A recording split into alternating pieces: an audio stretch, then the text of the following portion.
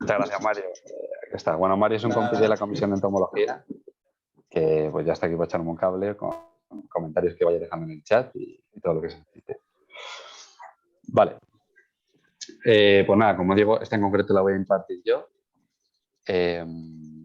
Y bueno, va a ser una charla un poquito técnica, aunque está realizada lo más o menos posible para que, aunque no pertenezcamos al mundo de la investigación o no hayamos estudiado, no sé, biología ambientales, lo podamos entender y disfrutemos un poco de todos los tipos de métodos de muestreo de insectos polinizadores que existen, ¿no? Vamos a ir haciendo como un viaje, que ahora explicaré.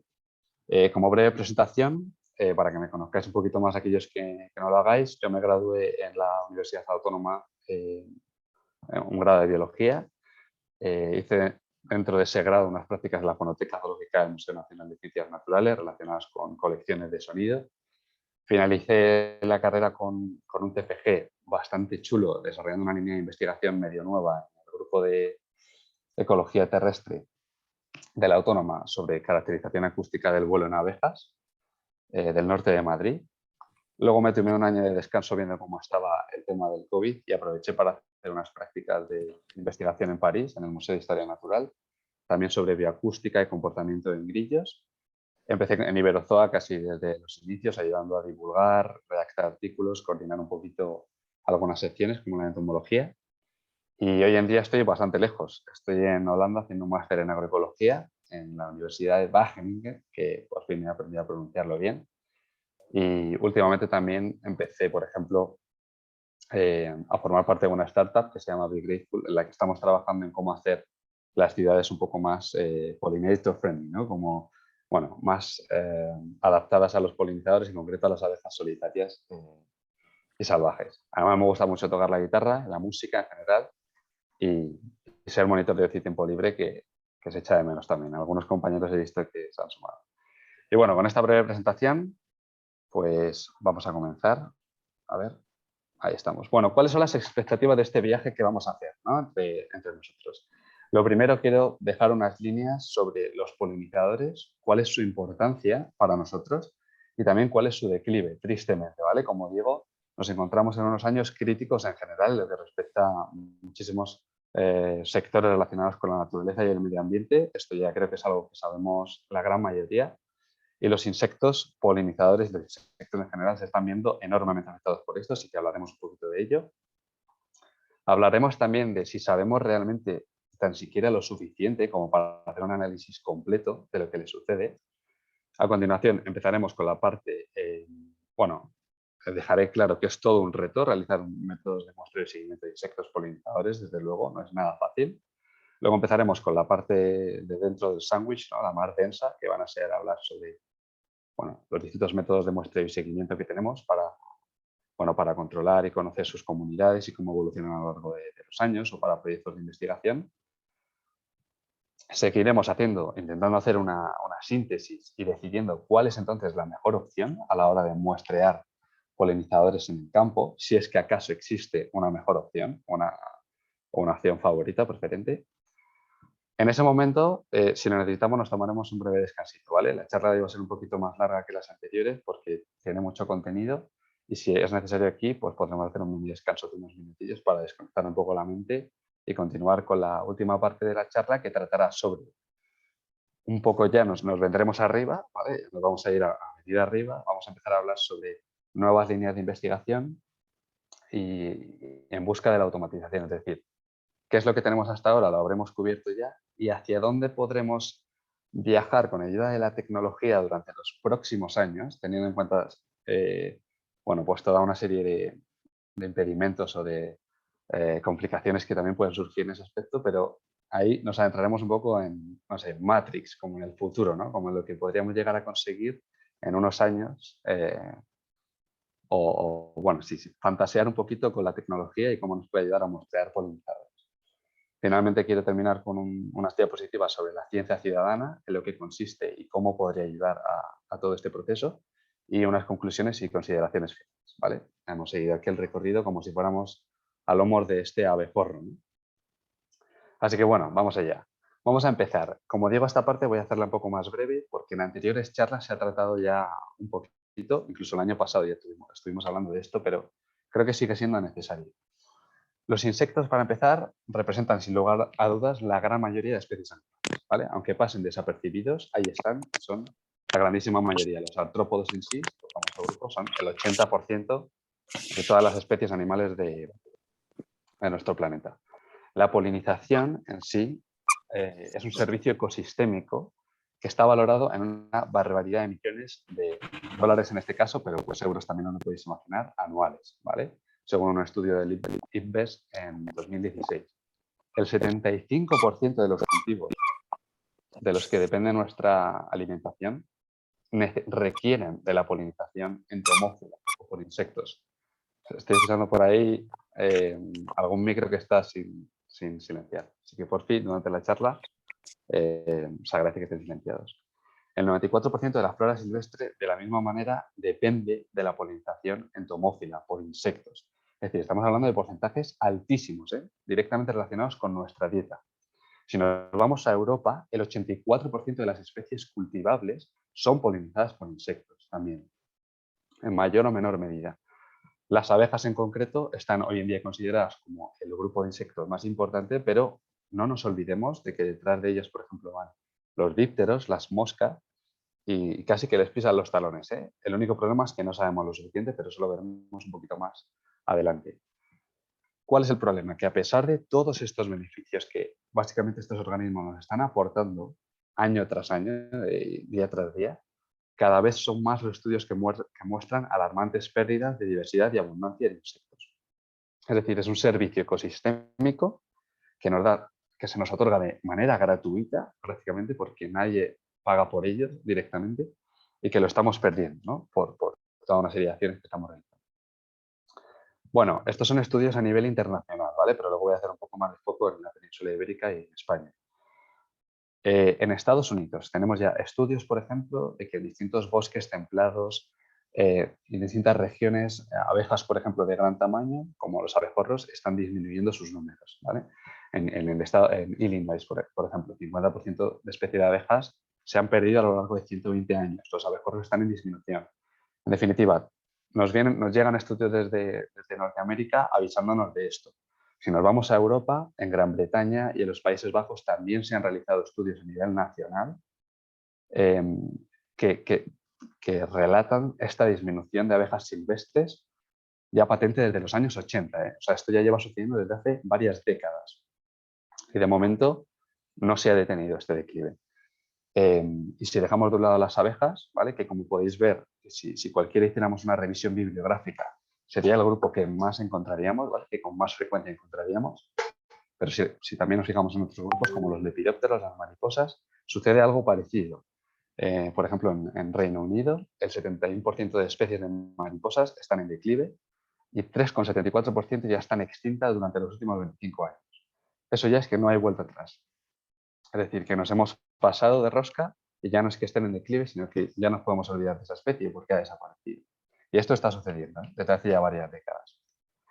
Si nos vamos a España, a la península ibérica, bueno, como he dicho antes, tenemos el privilegio de vivir en una región que tenemos unas cifras espectaculares a nivel mundial, ni siquiera a nivel continental. Tenemos 50.000 especies de insectos, de los cuales al menos 5.000 son polinizadores. El 70% de los cultivos en España dependen, de nuevo, de los polinizadores, y el Mapama en 2011 dató el beneficio económico que obtenemos de ellos en 2.400 millones de euros anuales en España. Tenemos 1.100 especies de abejas. Esta cifra es espectacular a nivel mundial. Tenemos una biodiversidad riquísima. ¿Y por qué? Por la cercanía a África, porque ha permitido migraciones a lo largo de la historia. Por la mediterraneidad, porque tenemos unas condiciones climáticas de temperatura que no se encuentran en otras regiones. Por nuestra orografía, tenemos unos cambios de relieve muy acusados en el país que permiten que tengamos todo tipo de regiones climáticas, incluso a lo largo de laderas de montañas, que, bueno, por ejemplo, eso, en España, otra cosa no, pero nos sobran cordilleras y sierras que han servido como refugios durante glaciales en el pasado en los que distintas especies se han ido desarrollando y evolucionando. Y aún así, a pesar de que sabemos todo esto, todavía el 56,7% de especies clasificadas han sido clasificadas como que no tenemos suficientes datos ni siquiera aún para hablar sobre el estado de sus poblaciones en Europa. Muchos estudios de los que hemos hecho aquí también han sido a partir de colecciones. Las colecciones en museos son súper importantes para conocer lo que había en el pasado y poder hacer comparaciones de cómo han ido cambiando a lo largo de los años estas poblaciones. Pero sobre todo también un gran desconocimiento. Aunque tengamos estos datos, aún desconocemos una barbaridad de datos sobre las comunidades de insectos polinizadores en España. Tenemos muchos estudios locales, pero nos faltan muchos estudios a nivel nacional, a mayor escala. A la derecha os he puesto la referencia a un paper que se llama Diversidad de polinizadores en la península ibérica, por Stefanescu et al. En 2018, que está muy bien si queréis hacer una revisión rápida de qué sabemos, más o menos hasta el momento, sobre polinizadores e insectos en la península. Luego al final hablaremos de, si queréis, materiales, os puedo mandar lo que necesitéis. Como digo, no sabemos suficiente. Esto es un estudio de revisión que hicieron Bartolomé y Laboret en 2019. Cogieron básicamente un porrón de artículos y dijeron, bueno, en estos artículos, ¿qué porcentaje encontramos que sean sobre polinizadores? Y como podéis ver, la mayoría de artículos están concentrados o se han realizado, pues, como podéis ver, en Norteamérica, en Europa también tenemos varios países trabajando en ello. Latinoamérica hay una biodiversidad de abejas silvestres, por ejemplo, enorme, increíble, pero aún así todavía hay países en los que ni siquiera se han realizado estudios sobre polinizadores. Y bueno, no hablemos de África, no hablemos de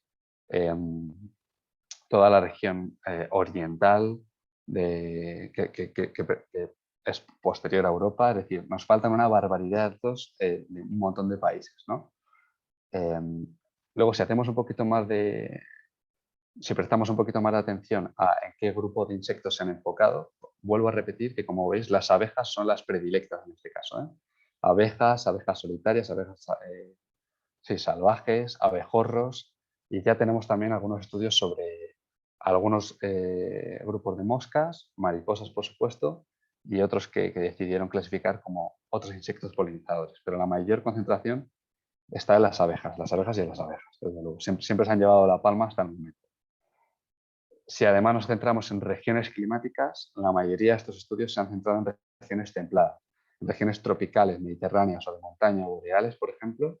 Todavía carecemos de una cantidad suficiente de estudios, ¿no?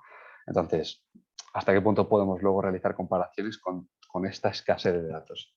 Este es un dato casi igual de importante que el de toda la biodiversidad que poseemos, y ya lo destacó Ignasi Bartomeus durante la primera charla de estas jornadas online. Este es otro estudio que realizó Violeta Evia y compañeros, en concreto centrado en cultivos oleaginosos, y de igual manera os quiero enseñar con estas dos gráficas circulares que la mayor parte de estudios se centran en regiones geográficas, pues como podéis ver, europeas, Sudamérica y Norteamérica. Es decir, que hay un gran sesgo intercontinental y entre países de donde se están realizando estos estudios, lo que demuestra también pues la cantidad de recursos que cada país puede o está dispuesto a aportar a este tipo de temas o cuestiones. Y de igual manera, en cuestión de escalas espaciales, la mayoría se siguen concentrando en territorios o en espacios reducidos, locales. A gran escala todavía tenemos muy poca información. También porque es mucho más complicado, ¿eh? Y porque al final, en muchos casos, en cada estudio necesitas realmente centrarte en las condiciones locales de un lugar, porque es prácticamente imposible generalizar las condiciones climáticas de una región con la de todo un país o todo un continente, ya si hablamos, ¿no? Bueno, muestrear, ya sabiendo esto, era un poquito la introducción de por qué son tan importantes, por qué lo estamos perdiendo y la falta de datos que tenemos.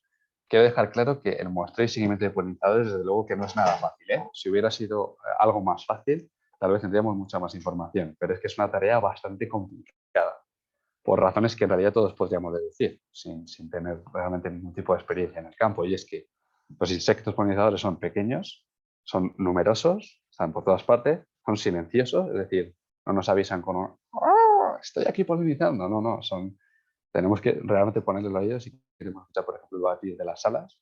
Y son complejos además, en morfología, en caracteres morfológicos, en comportamiento, en interacciones. Entonces es una combinación letal, ¿no?, para cualquiera que quiera dedicarse a esta empresa.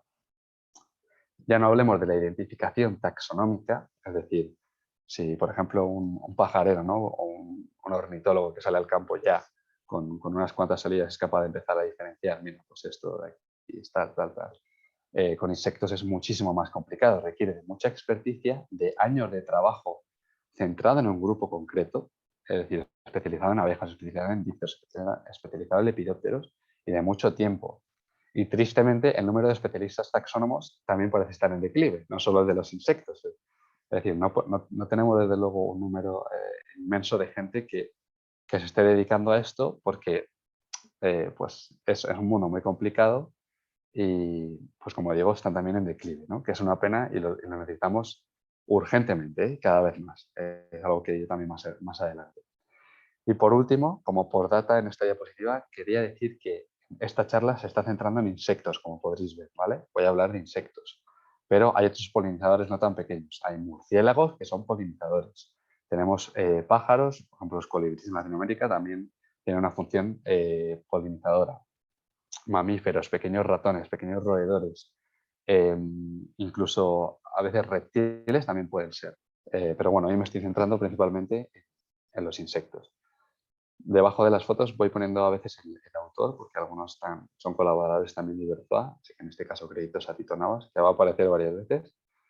Y, y nada, pues igualmente quería recomendar el dossier de la Asociación Española de Ecología Terrestre sobre polinizadores, porque tiene información muy completa sobre todo esto y todas estas imágenes pertenecen a ese informe también. Todo un reto, desde luego, o sea, no es nada fácil y eso también, desde luego, no facilita las cosas, lo complica, de hecho. Bueno, continuamos, si me deja aquí. Empezamos nuestro viaje a través de los distintos métodos con los cuales podemos tratar de hacer un seguimiento y un control de las poblaciones de insectos polinizadores que hay en nuestro entorno, ¿vale? A nuestro alrededor. Y vamos a empezar por un método que a lo mejor os sorprende en esta sección, que son las trampas de luz ultravioleta, ¿vale? Las trampas de luz ultravioleta básicamente se aprovechan de la fototaxis, es decir, de que los insectos, de forma natural, la gran mayoría de ellos se sienten atraídos inevitablemente hacia fuentes de luz. ¿Vale? Es fototaxismo positivo en este caso. Entonces, al poner estas trampas de luz ultravioleta de noche, podemos atraer a insectos voladores fototácticos de actividad nocturna, como dípteros, que son moscas, hemípteros, son chinches, tenemos gente haciendo la charla, coleópteros, tricópteros, avispas parasíticas y, por supuesto, polillas nocturnas, que ahora os voy a enseñar unos ejemplos espectaculares. Hay muchísimos factores que pueden influenciar el tipo de insectos a los que podemos atraer, como el tipo de trampa. A la derecha os he puesto dos. La primera es como el modelo más común, que básicamente poner una sábana blanca con una luz enfrente, LED, una luz ultravioleta, halógenos de metal, incluso la luz de tu porche, en este caso, que lo habremos comprobado mucho si hemos ido a zonas rurales o sin ir a zonas rurales. Y la puedes hacer más o menos mortal. También iremos hablando de temas de mortalidad e invasividad a lo largo de la trampa, o sea, a lo largo de la charla, pero por supuesto no todas estas trampas o métodos de atracción tienen que ser mortales, ¿vale? A la derecha tendríais uno mortal porque no solo atrae hacia la lámpara, sino que debajo tiene un tubo de colección en el cual quedan los insectos atrapados para una posterior identificación o recolecta o lo que fuera, ¿no? Bueno, y aquí os he puesto un proyecto que se llama Hungarian Light Trap Network, de ciencia ciudadana, que os enseñaré varios a lo largo de la charla, en los que cuentan con este apoyo ciudadano para ir un poco viendo qué tipo de insectos son atraídos en cada región a estas trampas. Bueno, aquí tenéis básicamente, esto de aquí es porque esto os estará recordando seguramente a esas noches de estar terminando de cenar en un bar y fijarte en el techo y ver esa lámpara que en el bar hay para atraer a las moscas e insectos y que no molesten a los clientes, que básicamente consiste en eso, ¿no? Una luz que les atrae y en el momento en el que llegan allí, pues una corriente eléctrica o algún otro tipo de, de mecanismo mortal les deja ya para chope y se quedan allí. Entonces ya, pues no tienen problema local con estos insectos, ¿no?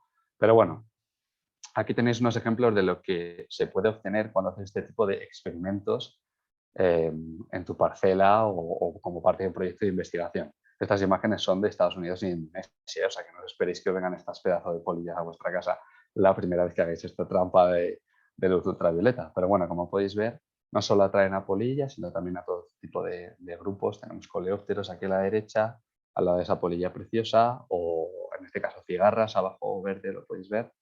En definitiva, puede ser todo un espectáculo visual para quedar con amigos y en vez de quedar a ver una película de Netflix, te pones una manta, una sábana, pones una luz y ves que aparece. Aunque teniendo en cuenta que estás haciendo una acción que probablemente es un poco disruptiva para el entorno en el que te encuentras, porque estos insectos estarán a sus cosas, ¿no? Estarán a lo mejor intentando reproducirse o polinizando incluso, y tú pues estás poniendo una pedazo de golosina así que no pueden hacer otra cosa que ir hacia ahí, ¿no? Bueno, hablando de la península ibérica, hablando con Tole, que es responsable de la sección de botánica, y es increíble si algún día tenéis la oportunidad de ir al campo o a una excursión botánica con él, id de cabeza porque lo que sabe es espectacular, así como los otros compis con los que va a menudo. Y yo le dije, oye, Tole, ¿tú sabrías de polillas de actividad nocturna que además puedan ser polinizadoras, ¿vale? Porque estamos hablando de insectos que hacen de vector entre flores de la misma especie para transportar los gametos masculinos a la parte femenina y que se pueda realizar el desarrollo del fruto, etcétera, etcétera. No cualquier insecto ni polilla va a ser polinizadora si no realiza ese movimiento, ¿no? Ese proceso. Y en la península ibérica tenemos ejemplos espectaculares. Por ejemplo, esta polilla, Iris euphorbiae, que es increíble, tiende a visitar de noche las flores de la leche fresna, que tenéis aquí a la derecha.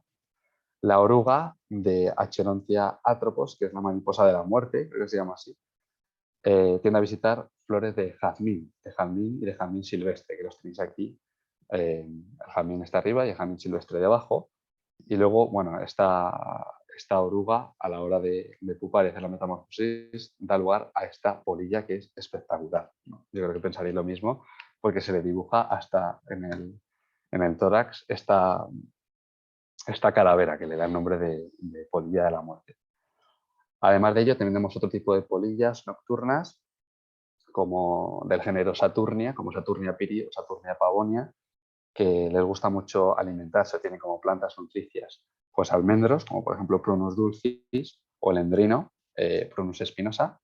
Y además tenemos también, por ejemplo, polillas del género Catocala, que estoy seguro de que alguna vez la habéis visto en vuestra casa, os tenéis un pueblecillo que parece así como muy vulgar, ¿no? Tiene unos colores más que pasan más desapercibidos, pero en el momento en el que abre la sala vemos esas vistosidades naranjas y negras tan bonitas. Y le gusta visitar los sauces también de noche. Entonces, todos estos serían posibles ejemplos que atraeríamos con esa trampa de luz ultravioleta y que podrían estar contribuyendo a la polinización de distintas plantas en la naturaleza. Bueno, os lo dejo un poquito más, pero ya pasamos. Son preciosos, la verdad, todas. Es una maravilla. Seguimos con la siguiente. Nos vamos de la luz ultravioleta y pasamos a hablar de las trampas de caída. Las trampas de caída, básicamente, como veis en la imagen de la derecha, tienen un mecanismo muy sencillo. A continuación os voy a enseñar un vídeo en el que vais a ver todo el proceso, pero como podéis imaginar, en este caso no vamos a traer a insectos voladores, porque a la mínima que el insecto sea un poquito inteligente, dice yo aquí no me meto y se sale volando de ahí, ¿no? O ni siquiera llega a alcanzar esas alturas, muchas veces están bajas. Así que son trampas que se utilizan para mostrar insectos epigeicos, es decir, son insectos de vida terrestre, principalmente, como escarabajos, coleópteros de la familia Scarabidae o Staphylinidae, carábidos y staphylinidos, y formícidos, que son las hormigas, básicamente, Hymenoptera formicidae. Y en este punto os estáis preguntando, pero, hombre, yo he visto abejas, he visto moscas en las flores, también he visto escarabajos de vez en cuando con estos colores tan vistosos, mariquitas. Puedo entender pues que atrapen polen con las patas o con la pilosidad del cuerpo y luego pues participen en esta polinización, pero las hormigas, todo más raro. En realidad no, las hormigas les atrae muchísimo recopilar semillas de plantas, por ejemplo, es decir, la interacción entre plantas y hormigas es vital. Les interesa obtener, por ejemplo, las grasas que les aportan en el oleosoma de muchas semillas. Y os he dejado aquí un artículo de Vega y Gómez que os invito a consultar porque literalmente trata sobre hormigas de la península ibérica, especies de formícidos que participan en procesos de polinización. Es decir, que también tenemos que incluirlas en estos muestreos, ¿no? Son económicas y fáciles de utilizar, no las hormigas, sino las trampas. Supongo que las hormigas es bastante difícil de utilizarlas si no eres capaz de controlar a toda la colonia como una reina. Estoy quedando un poquito sin luz. Déjame un momento que voy a encender la luz.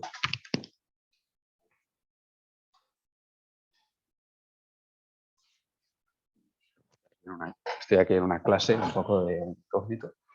Y bueno, nos pueden aportar muestras muy sesgadas taxonómicamente. Es decir, que no son trampas especialistas, ni mucho menos.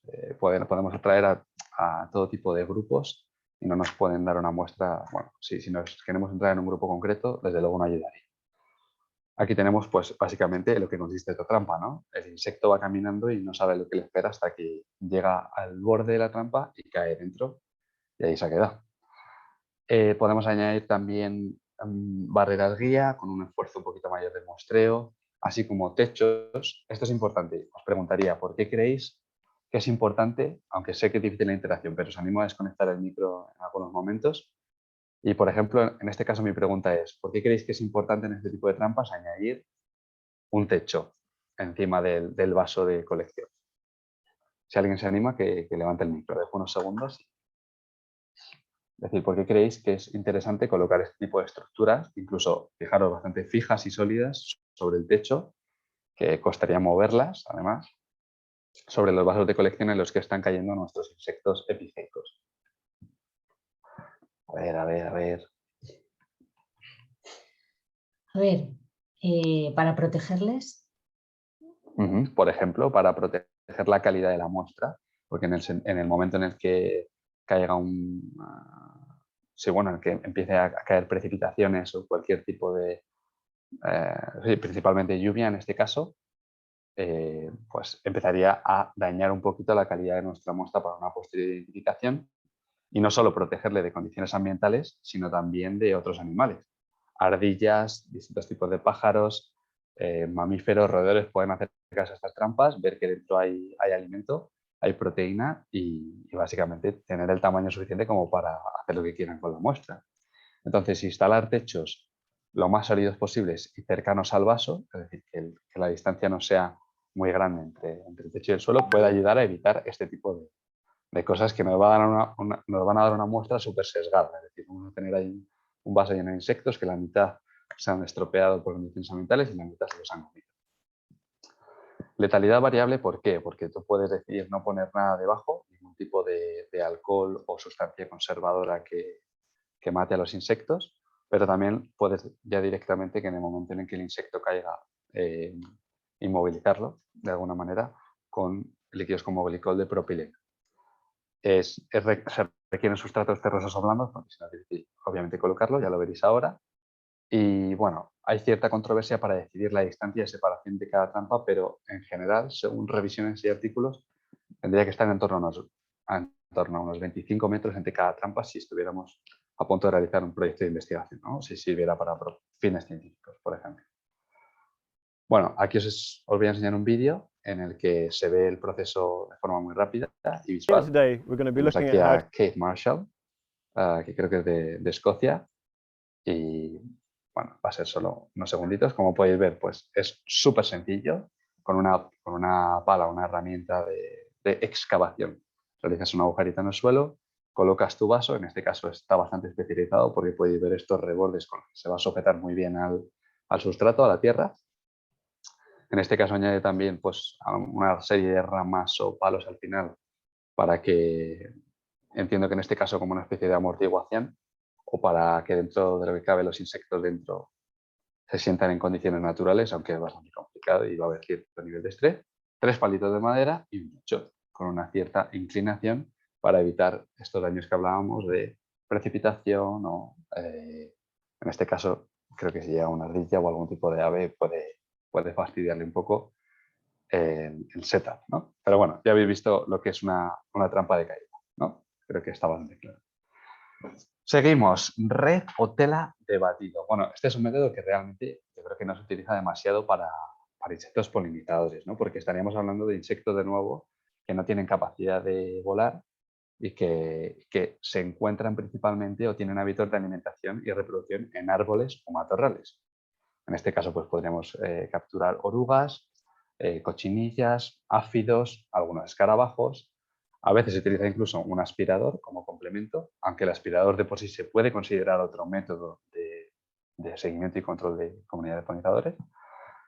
Es económico también, no necesitamos mucho dinero para construir esto, un par de palos y una sábana y un poco de ingenio suficiente. Y de nuevo, bueno, aquí tenemos un programa de participación ciudadana de Norteamérica, Caterpillars Count, en el que animan a la gente a hacer esto y pues ver un poquito qué especies aparecen en su vecindario.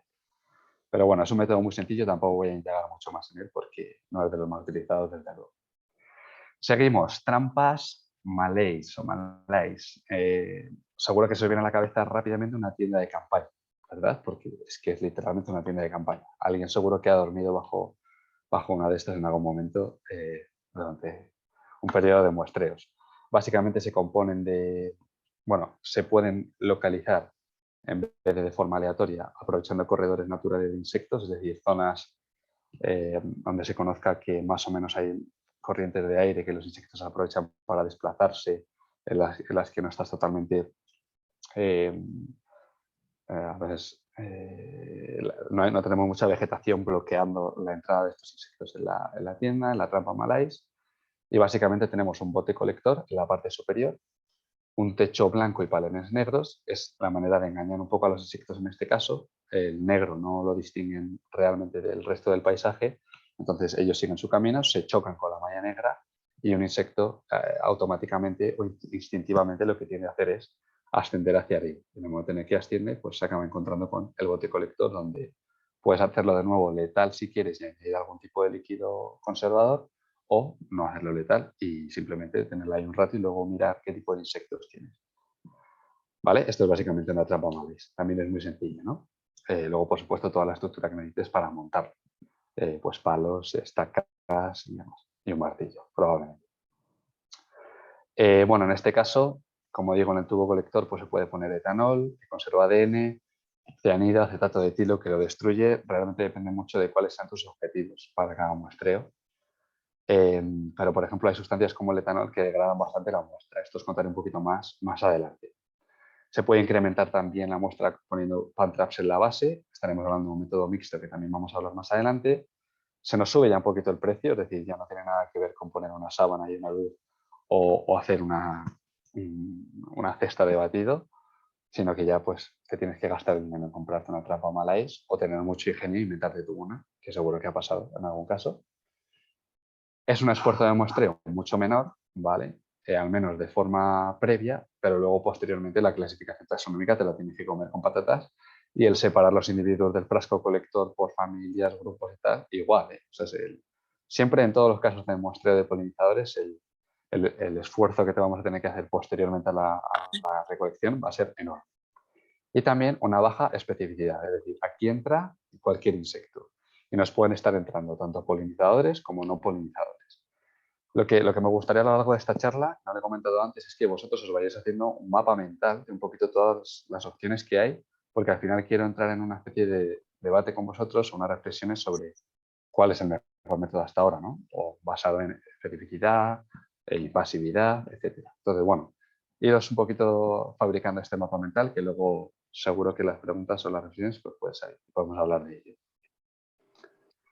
Ahora os quiero hablar de otro tipo de trampas que apenas hay información sobre ellas, pero creo que realmente son muy interesantes para muestrear, por ejemplo, abejas. La mayor parte de abejas silvestres solitarias nidifican bajo el suelo.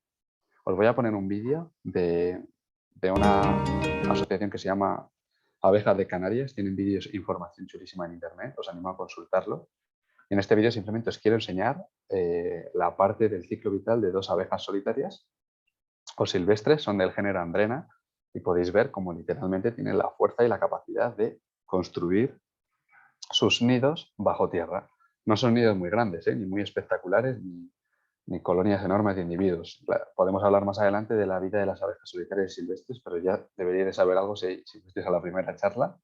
Pero bueno, lo que quiero decir es que tenemos que considerar que, por ejemplo, si estamos hablando de las abejas, que son el principal grupo de polinizadores, y la mayoría nidifican bajo tierra, no estaría nada mal tener algún tipo de trampa que nos permitiera muestrear su actividad desde su emergencia bajo tierra. Por eso hay estas trampas de emergencia terrestre. Bueno, vamos a hacer un pequeño juego también ahora entre todos para yo ir comprobando que seguís vivos detrás de la pantalla, porque es verdad que es raro hablar como a mi ordenador, ¿no? y fiarme de que estéis ahí detrás. Pero bueno, aquí os he puesto 3 ejemplos de trampas de emergencia terrestre, ¿vale? De izquierda a derecha. Entonces me gustaría, básicamente, el mecanismo es colocar la trampa en el suelo y esperar, colocarla generalmente en condiciones frías o cuando todavía no ha empezado el pico de actividad de las abejas durante el día, que suele ser a mediodía, cuando la temperatura asciende por encima de los 12, 13 grados de temperatura. Ahí ya empieza a haber actividad. Entonces, habría que colocarla de forma previa, dejarla en el campo y esperar a ver qué sucede. La de la izquierda no tiene tubo colector, la del medio tiene tubo colector arriba, que lo podéis ver, ¿vale? Y la de la derecha, pues es otro tipo de diseño, una tienda británica que también con tubo colector. Entonces, una porra. A ver quién se anima a decirme cuánto creéis que cuesta la primera tienda, la de la izquierda del todo, sin tubo colector. Imagínate, en proyecto de investigación, está haciendo el presupuesto. ¿Cuánto creéis que podría costar? Según los precios de entomopraxis.com. A ver, que alguien suelte un número. 20. Venga, 20. Jorge dice 20. ¿Alguien da 30. más? 30. Soledad dice 30. Bueno, pues os habéis quedado un poquito cortos, ¿eh? Porque esta tienda, o sea, solo esta trampa de emergencia terrestre y ya son 50 pavetes. Nos vamos a la del tubo colector. ¿Creéis que va a suponer mucha diferencia o realmente no tanta porque es una botecita de plástico ahí arriba? Venga. Jorge, Soledad, quien quiera que suelte otro precio, a ver quién está más. 75. 80. 80. 120. 120, dice Miguel. Pues en este caso la porra la ha ganado Miguel, porque son 125 euros. Solo añadiendo un tubo colector arriba, ¿eh? Ya empezamos a sudar ahí los que tenemos que hacer el proyecto de investigación. Y pues, bueno, a lo mejor hay que reducir, ¿no? El número de... O a lo mejor simplemente pues, salimos al campo más días y hacemos más réplicas así, pero... sin más. Bueno, y nos vamos a la de la derecha del todo, que es la británica. Y bueno, pues de momento la tendencia es ascendente. A ver cuánto decís aquí. 50, 125. 150. 150, dice Jorge. Conservador. Jorge. 140. 140. 230. Miguel se la juega un poquito más y sube números. Bueno, pues de nuevo vuelvo a ganar Miguel porque son 260 euros. Entonces, claro, ¿cuál puede ser la ventaja? Tenemos un tubo colector de mayor tamaño, un mayor área de muestreo que nos puede permitir capturar más individuos porque realmente no sepamos por dónde van a salir. Todo tiene sus ventajas y sus inconvenientes y al final tienes que decidir, ¿no? Este es un ejemplo de una situación en la que te podrías encontrar a la hora de preparar unos muestreos en campo, por ejemplo. Bueno, muchas gracias por participar. Así me gusta. Así la siguiente. Con esto terminamos un poco con estas trampas de red y vamos a ir a el que yo diría que es el tipo de muestreo de polinizadores más utilizado desde que se empezó a hacer cualquier tipo de estudio de polinizadores en la historia del ser humano, que es observar. Algo que realmente podemos hacer todos a coste cero desde nuestro jardín, desde nuestro parque, en cualquier momento. Ver, observar y anotar. Este tipo de muestreos, por supuesto, son especialmente útiles con insectos llamativos, grandes, coloridos. Antes no lo he mencionado, pero si la mayoría lo digo ahora, si la mayoría de estudios hasta ahora hablan de abejorros y del declive de los abejorros y las abejas, es porque también son insectos más grandotes, más coloridos y siempre nos resulta también más fácil, también de cara al público, llaman más la atención, la gente se preocupa un poco más, parece, ¿no? Los utilizamos como especies, bueno, bandera, ¿no? Que se llamarían. Entonces, todos estos muestreos visuales activos son, digamos, más fáciles de realizar o más apropiados con insectos, pues eso, llamativos, grandes, que podemos ver a simple vista, porque realmente hay insectos tan minúsculos que ni siquiera a simple vista los podemos diferenciar, que pasan desapercibidos.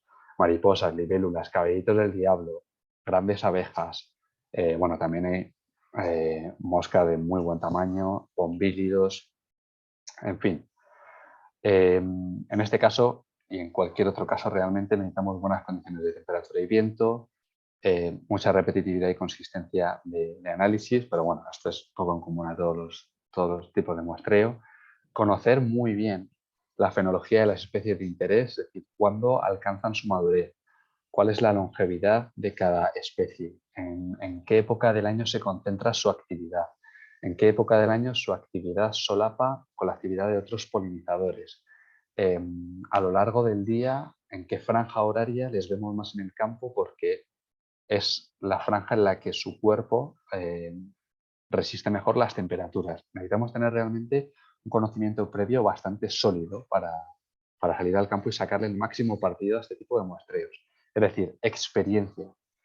Realizar muestreos observacionales sin experiencia previa realmente lo que te va a aportar es un enorme sesgo de la muestra que vayas a recoger.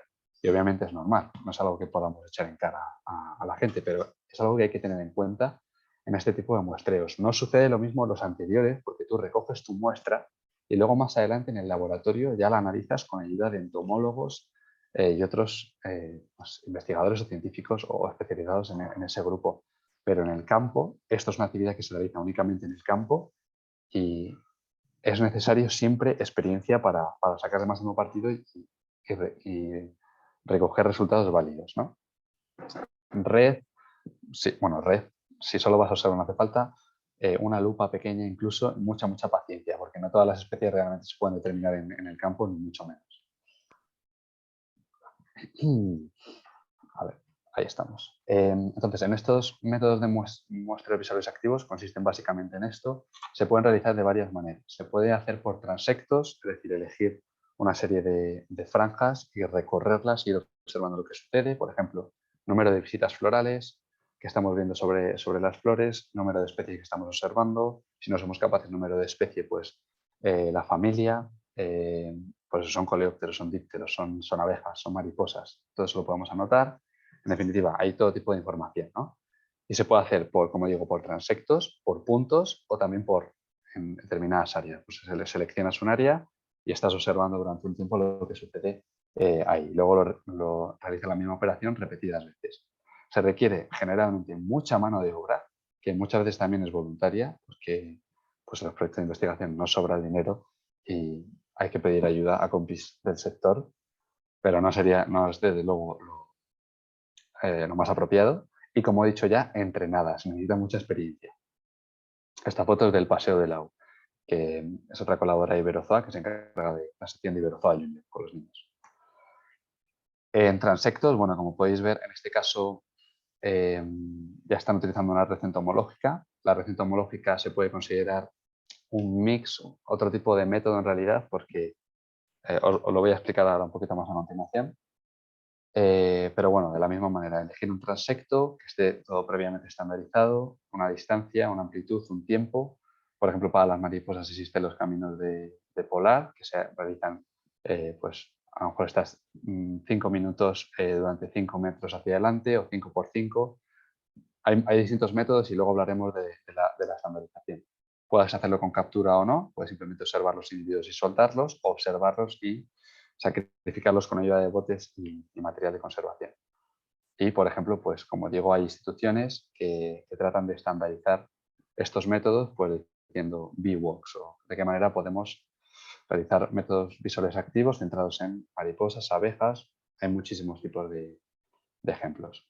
Os voy a poner otro vídeo pequeñito en el que podéis ver de manera muy breve cómo se realizaría este tipo de muestreo por transectos, que en este caso ya estamos utilizando una red entomológica, que es lo que se suele realizar en la mayor parte de las ocasiones. Bueno, entonces aquí tenemos a esa mujer que, como veis, está andando continuamente en línea recta, batiendo la red a una velocidad más o menos constante sobre las plantas de interés. Si es la misma especie, pues mejor que mejor. Entonces se establece una distancia, se establece un tiempo, se establece una frecuencia de batido de la red, se va caminando a través del margen floral, del cultivo o del tipo de vegetación en concreto que requiere el estudio. ¿Vale? Ahí lo podemos ver con una serie de movimientos giratorios de muñeca. Yo lo haría un poquito más rápido porque algunos se te escapan, pero como digo, esto depende de cómo lo decidas con tu equipo. Aquí realiza una batida que tampoco haría porque si tienes insectos voladores se te escapan ahí la mayoría. sino simplemente lo apoyas en el suelo, es decir, movimiento de muñeca rápido, lo apoyas en el suelo, guardas una bolsita y luego ya con mucho cuidado te encargas de transportar a esa muestra, a esos insectos, a un bote de colección, a una bolsa en este caso, pero bueno, generalmente se utilizan botes de plástico de colección y ya decides lo que quieres hacer con ellos. Si clasificación visual en el momento o te los llevas al laboratorio, pues un poco sin vida ya. ¿Vale? Pero bueno, espero que con esto también hayáis tenido un ejemplo visual de cómo se realizaría. Esto ya os lo he comentado antes. Son puntos de conteo. Un observador mantiene su posición, identifica, cuenta el número de individuos de interés alrededor de él. De interés porque a veces no es necesario anotar todo, sino si te estás centrando solo en abejas, pues a lo mejor puedes anotar únicamente abejas, aunque generalmente se anota todo y luego ya se selecciona posteriormente en el análisis de datos en el laboratorio. Y ya está, en definitiva es eso. Y también es verdad que si las condiciones climáticas no son favorables, es un tipo de muestreo que no puedes realizar o que cuesta mucho más esfuerzo y los resultados que te aportan no son tan válidos o tan esperanzadores en muchos casos. Esto ya hemos hablado de ello, son algunos ejemplos, pero no hace falta que los mencionemos ahora.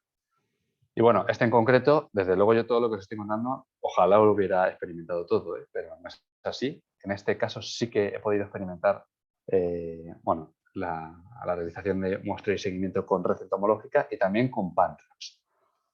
Observaciones, transectos con red y PanTraps son los 3 métodos más comunes de muestreo de polinizadores. Las PanTraps son unas trampas que basan su funcionamiento en asemejarse a los colores que tienen las flores para atraer a los insectos y también a reflexiones de la luz ultravioleta, ¿vale? Ahí a la derecha podéis ver a Camille, es una compañera con la que tuve la suerte de trabajar durante el final de mi tesis de final de grado y estábamos preparando unas PanTraps para el TFG. Podéis ver 3 platitos de colores, tenemos color azul, amarillo y blanco porque han demostrado ser los que más atraen, en concreto en este caso, a abejas silvestres solitarias, pero en realidad pueden atraer a otro tipo de grupos, áfidos, cisanópteros, abejas parasíticas, moscas, escarabajos e incluso también saltamontes. Como digo, se pueden utilizar varios colores, se puede utilizar uno. En el interior de estos platos, ¿vale? Que como podéis ver se colocan sobre una estructura metálica, circular, que a su vez se adhiere o se encaja a un palo de metal que se clava en el suelo en varias zonas de la finca que quieras estudiar. Y en el interior de estos platos se introduce una mezcla de agua jabonosa no perfumada. Es literalmente agua con jabón.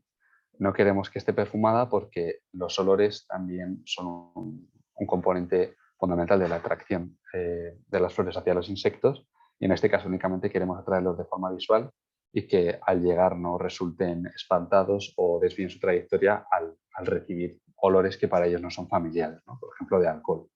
Entonces se utiliza agua jabonosa no perfumada en una determinada proporción y además se intenta situar un poco a la altura de los recursos florales que caracterizan la zona de estudio. Ponerla a nivel de suelo no tendría sentido porque podrían trepar escarabajos, hormigas, como hemos visto antes para otras trampas, y ponerla muy alto, pues entiendo que tampoco, aunque sería una hazaña, la verdad, conseguir eso. Como digo, bueno, he visto un poco de todo a la hora de a qué distancia colocar estas trampas, porque es que realmente depende mucho de la escala a la que quieras realizar el muestreo. Puedes colocar trampas cada 5 metros, puedes colocar trampas cada kilómetro. Si, por ejemplo, tu escala es a nivel nacional o a nivel provincial y quieres caracterizar las poblaciones de abejas o de insectos polinizadores en una provincia entera. Son de bajo coste, no cuestan una barbaridad de dinero, pero sí que requieren de un cierto esfuerzo de muestreo previo y un alto esfuerzo posterior para la identificación de los individuos. Tienes que recoger todas las muestras, ponerlas en botes, correcto etiquetado, llevarlas al laboratorio, separar todos los insectos de nuevo. Son horas y horas y horas de trabajo, para lo que se suele requerir mano de obra voluntaria y no voluntaria. Y por supuesto no todas las especies van a caer. También reduce mucho el sesgo producido por el observador de los conteos visuales. Es decir, que es una manera bastante estandarizada de muestrear una población de insectos en una región. Porque al fin y al cabo, incluso nosotros, aunque tengamos mucha experiencia, a la hora de observar, cometemos muchos sesgos humanos centrando nuestra atención más en algunos aspectos que en otros, de manera accidental. Puedes utilizar varios colores o puedes utilizar solo uno. Por ejemplo, si tienes un campo de colza en el que todas las flores son amarillas y realmente quieres estudiar las comunidades de insectos que están polinizando esta región, no tiene mucho sentido utilizar otros colores. Y en este caso puedes únicamente utilizar platos amarillos, por ejemplo, y en este caso a la izquierda podéis ver otro diseño en el que además del plato se coloca una barrera de intercepción de los insectos que chocan contra el cristal y caen debajo. Es un poco una mezcla, la verdad, entre las trampas que hemos visto anteriormente y una Pantrap.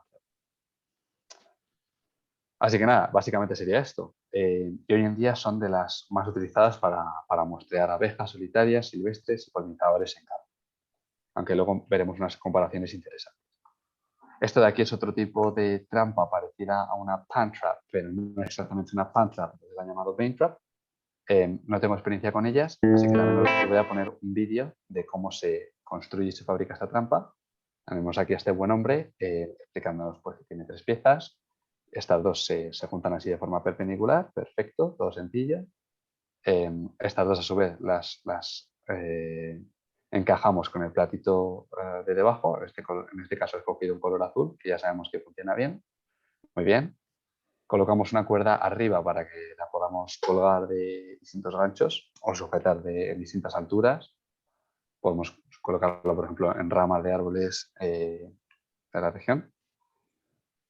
Aquí la he colocado sobre un ganchito, que no sé exactamente qué es. Y de nuevo el agua jabonosa que se pone debajo. Es decir, que tiene un sistema de funcionamiento realmente muy parecido. ¿Vale? Y en esto consistiría una bencha. Es otra manera de capturar a estos insectos. Después ya nos cuenta cosas súper interesantes, pero que yo no voy a desarrollar ahora. Bien. Bueno, no sé qué tal se os está haciendo de denso, pero acabamos de hacer un batido nunca mejor dicho, por los métodos de muestreo de polinizadores más tradicionales o comunes hasta la fecha. Sobre todo, como digo, observaciones, transectos con red entomológica y Pantraps. Entonces, lo que os traigo ahora es una serie de comparaciones interesantes en las que podemos empezar a intuir dentro de estos métodos cuál es más efectivo. Así que, bueno, en este caso, por ejemplo, tenemos un estudio realizado por Popic y compañía en 2013, en este caso es en Australia, pero bueno, solo un ejemplo que os quiero traer. Se estandarizó una serie de métodos para cada tipo de muestreo. Pues, por ejemplo, 8 transectos de 100 por 5 metros cada uno, 2 investigadores por transecto, 30 minutos de muestreo cada investigador. Se registran todos los individuos realizando visitas florales, así como también la especie vegetal durante un determinado tiempo. Y lo mismo con las Pantraps, estandarizar el muestreo, pues una cada 15 metros, a lo largo de los mismos transectos que anteriormente, cambiados cada mañana de muestreo, ¿vale? Las Pantraps generalmente se colocan antes de que empiece la actividad de los insectos y se recogen de noche cuando la actividad de los insectos ya ha finalizado. Se recoge todo el material y de nuevo al día siguiente, o en este caso a la semana siguiente o al mes siguiente, según tu protocolo, se vuelven a colocar de nuevo, desde cero. Entonces, recogieron toda una serie de especies y registraron también especies florales. Y aquí está una de las principales diferencias entre ambos métodos. Cuando tú realizas batidos con red entomológica, puedes registrar al mismo tiempo de qué flores está recogiendo esos insectos. Y esto es fundamental en el estudio de polinización. Sin embargo, con las Pantraps se están cayendo insectos en los platos que no sabes de dónde vienen, ni sabes si están polinizando en tu finca, ni nada de esto. Entonces, aunque sean efectivas, realmente tenemos que tener muy en cuenta este sesgo que comentaré ahora también más adelante. Y estas son algunas conclusiones, por ejemplo, de este estudio. Con los transectos obtuvieron más especies de abejas, un 86% frente a un 58% recogido con las Pantraps, y también avispas, coleópteros, dípteros y elípteros. Genial. Sin embargo, con las Pantraps recogieron más especies de hormigas, lepidópteros y ortópteros. Entonces, quiero que empecéis a pensar un poco qué está pasando aquí. Parece que ahí empieza a haber como preferencias, ¿no? Y cada tipo de método recoge unos u otros grupos. ¿Vale? Perfecto. Entonces, ahora quiero hacer con vosotros otro pequeño ejercicio de comparación entre transectos. Ahí os he hecho un spoiler ya. Entre los transectos o las observaciones y los Pantraps, para que empecemos a intuir pues, qué tipo de método nos serviría mejor en un estudio de polinizadores. Por ejemplo, ¿cuál de los dos métodos creéis que sería más eficiente si queremos caracterizar la función de las especies en cuestión? Es decir, qué función están realizando en el ecosistema. En este caso, pues si están contribuyendo a la polinización o no, o están realizando otro tipo de función. Plant traps o transectos, ¿cuál elegiríais en este caso? Si quisiéramos caracterizar la función. ¿Cuál de estos dos muestreos nos podría proporcionar esa información?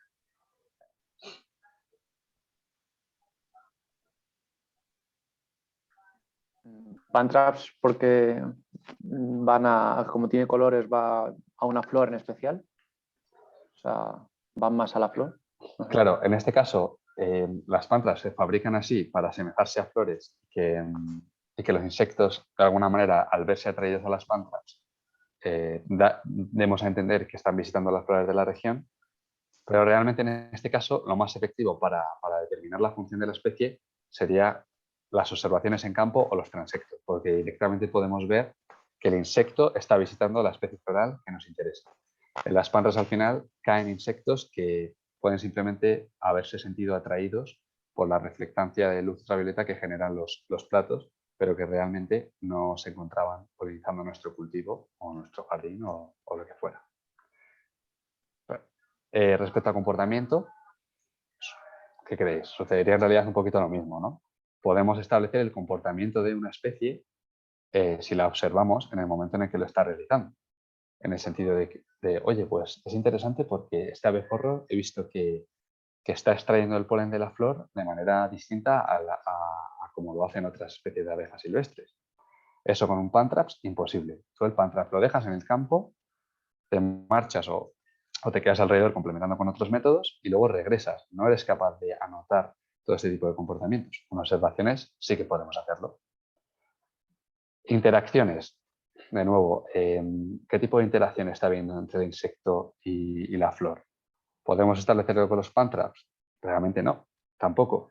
¿Podemos establecer con los Plant Traps con qué frecuencia, por ejemplo, un sírfido, que es un tipo de mosca, o una xilocopa, una andrena, está visitando una flor? No lo podemos saber tampoco. ¿Sí? Vale, creo que iba aparte. Entonces, también preferiríamos transectos observaciones. Si queremos hacer análisis del polen, necesitamos sí o sí también hacerlo con transectos y observaciones, porque en los Plant Traps la muestra queda dañada en este sentido. Y, por ejemplo, si las abejas cargan polen en las patas traseras, en el momento en el que se sumergen en el agua jabonosa, ahí estamos ya perdiendo, deteriorando la muestra de polen. O se queda disuelto o no nos sirve. Si queremos estudiar zonas en las que hay muy poca floración y nos cuesta mucho encontrar los lugares donde están esos márgenes florales o esos arbustos en floración, entonces en ese caso nos interesaría más poner Plant Traps, porque simplemente las dejamos ahí y esperamos a que el insecto se sienta atraído por esta flor falsa. Respecto al esfuerzo de muestreo, queda bastante claro. Instalar Plant Traps es mucho más sencillo, requiere de menos tiempo y energía por parte del investigador que estar con la red entomológica y realizando observaciones, porque son horas y horas en el campo y muchas veces es bastante sufrido. Un esfuerzo de clasificación. En este caso, a lo que me refiero con esto es que el material queda mejor conservado generalmente cuando realizamos observaciones o transectos con red que en las Plant Traps, porque las Plant Traps tenemos que transportar los insectos desde el plato a botes de colección, después van al laboratorio y en el mejor de los casos, si lo hacemos lo más pronto posible, podríamos salvar bastante la calidad de la muestra. Pero en caso contrario, el hecho de estar en agua empieza a deteriorarlo y, por ejemplo, para la clasificación de abejas, tener en las mejores condiciones la pilosidad del cuerpo es de gran importancia. Y en el momento en el que se humedece o se moja, esto lo empezamos a perder. Bueno, esto también está relacionado. El material se conserva mejor con transectos observaciones cuando lo hacemos con red. Y finalmente, respecto a lo que respecta a la experiencia en campo, a lo que me refiero aquí es en qué caso es más eficiente el método si se posee de menor experiencia en campo. Y en este caso son las Plant Traps, porque como ya he dicho anteriormente, cuando se realizan observaciones o transectos, se requiere de gente entrenada o que ya lleve un tiempo familiarizado con el grupo de estudio. ¿Vale? O sea que bueno, fijaros también en esta tabla y empezar a sacar vuestras conclusiones sobre qué método utilizaríais vosotros si os tocara adentraros en esta empresa. También en este tipo de otro, bueno, como observación, tenemos que tener en cuenta que, de nuevo, que ya lo he mencionado, el problema de los transectos para estimar el nivel de polinización de un cultivo, si estuviéramos comparando simplemente observaciones con receta homológica, es que no todos los insectos que estás capturando con la red pueden estar haciendo función de polinización, incluso aunque te los hayas encontrado sobre la misma planta. La única manera al final realmente que tiene de comprobar que un insecto está accediendo a una flor únicamente por motivos de alimentación, en este caso, es decir, buscando el néctar y produciendo potencialmente esta polinización, es observando. De otra manera, también hay muchas moscas que simplemente se posan sobre las flores para defender su territorio con intenciones de reproducción, porque simplemente están esperando, son hembras que están esperando a ser copuladas por el macho. Es decir, hay muchos otros comportamientos que suceden en las flores más allá de la polinización. Así que esto es otra pequeña comparación entre observaciones y transectos. Entonces, hemos visto todos los que hay hasta el momento y tenemos que decidir cuál es el mejor método. Y la respuesta realmente es que depende. Depende del grupo que queramos estudiar. Por ejemplo, si queremos estudiar polillas que puedan polinizar en la actividad nocturna, no nos queda otra que utilizar trampas de luz. Si queremos centrarnos en mariposas o donatos, entonces en ese caso es mejor utilizar transectos porque estos insectos no suelen caer en las pan traps o en otro tipo de trampas.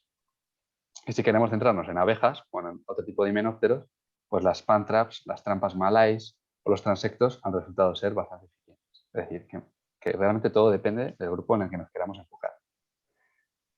Por ejemplo, como otra conclusión, en este estudio de Westphal y compañía, dedujeron que las pan traps son mejores si queremos hacer estudios a larga escala, a largo plazo también, con menor sesgo y mayor relación efectividad-coste.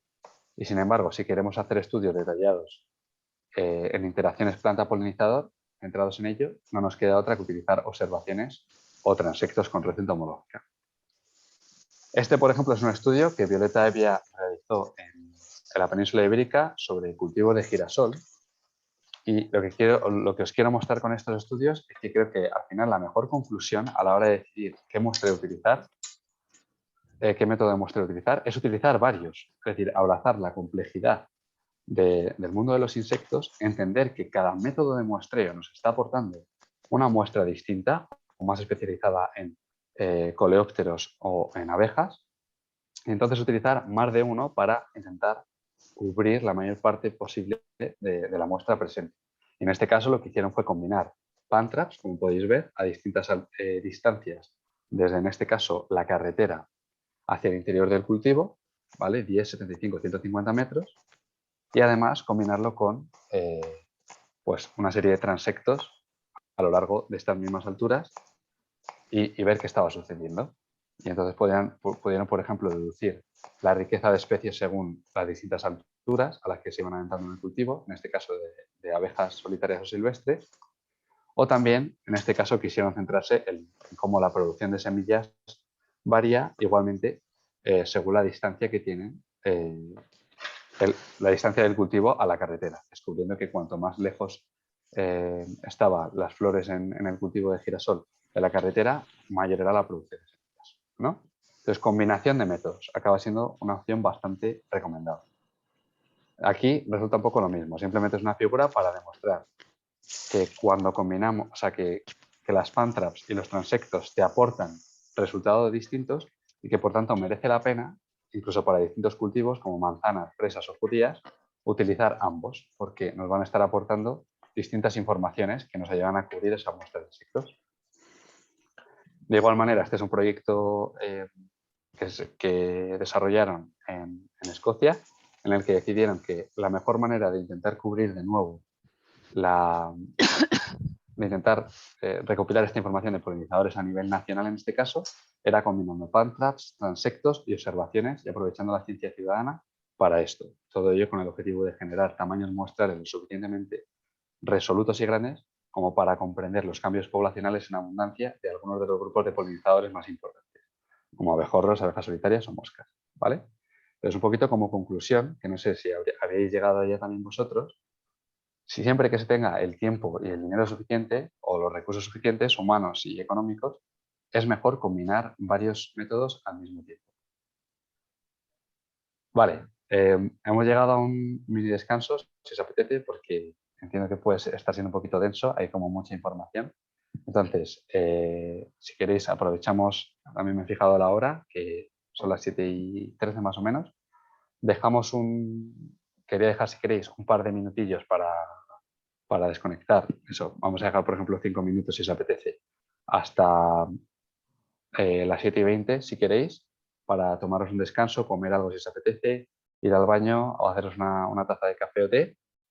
Y luego regresamos y terminamos la charla, que es cuando vamos a pasar a ver las líneas de futuro, de investigación de futuro que se están empezando a desarrollar y cómo la tecnología nos podría ayudar a conocer estos aspectos de las comunidades de polinizadores.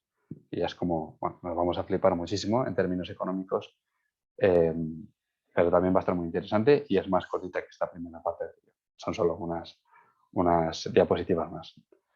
Así que lo que me digáis, si queréis nos tomamos un mini descanso de 5 minutos y aprovechéis para ir al baño, comer algo, tomar algo. No recomiendo hacer una combinación de los tres, o tomáis algo y después vais al baño o viceversa, pero a la vez no. Y si queréis regresamos aquí a las 7:20 y terminamos con la charla. A menos que esté muy fresco, si queréis que siga y terminemos antes. Lo que digáis. A ver si estáis diciendo algo por... Vale, bueno, no sé si habéis dicho algo por el chat. ¿Cómo sentís de energía? Si queréis sigo. Es que es un poco raro, la verdad, interaccionar con la gente desde aquí. Pero bueno, sí, aprovechad si queréis para pasar unos minutillos hasta 20 para comer algo, ir al baño y ahora seguimos y terminamos. Hay 20.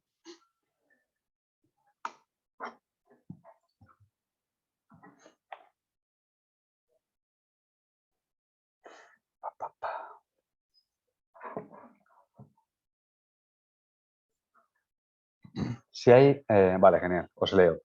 Sí, yo creo que es mejor porque cambiamos un poquito el tema y desconectamos un poquito la mente, asimilamos un poco los contenidos. A mí también me viene bien que no he parado de hablar durante una hora y ahora seguimos.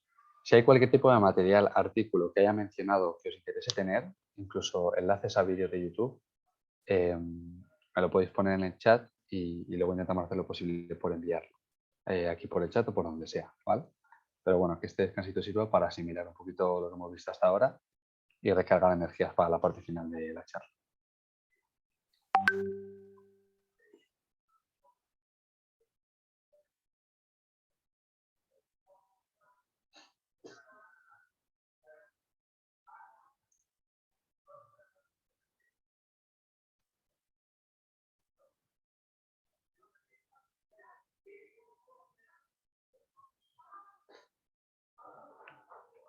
Estaría guay poner música de ascensor, ¿no? Un poquito como música ambiente.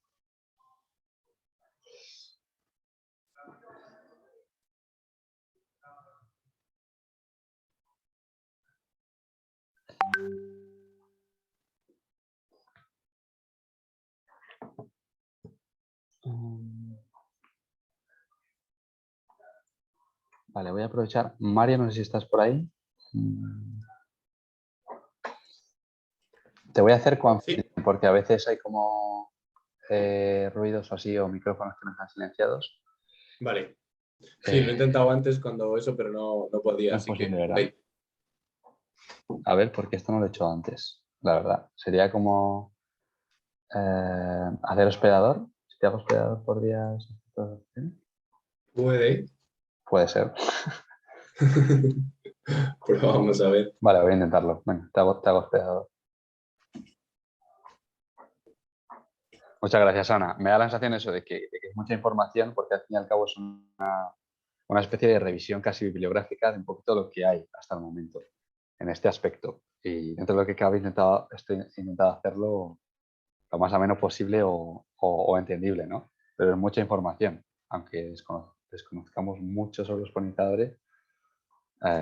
Existen muchos distintos tipos de métodos de muestreo y cada uno tiene su metodología, sus ventajas o desventajas. Entonces, bueno, que esto sirva para tener en la cabeza todo lo que existe y bueno, pues a la hora de iniciar un proyecto de investigación, tener al menos todos los aspectos en cuenta o hacer un balance previo. Creo que te he hecho hospedador ya, Mario. A lo mejor ya eres capaz de silenciar a... Sí, pero no me sale la opción de silenciar ni nada parecido. A ver, ahora también es que todos están con el micro quitado, entonces igual, pero no parece. Vale, ok. Bueno.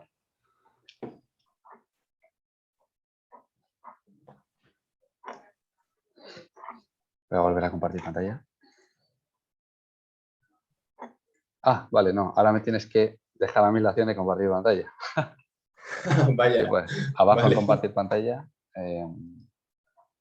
hay una flechita y puedes dejar, como varios participantes pueden compartir pantalla. A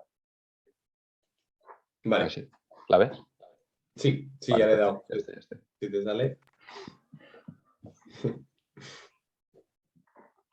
Vale, ok.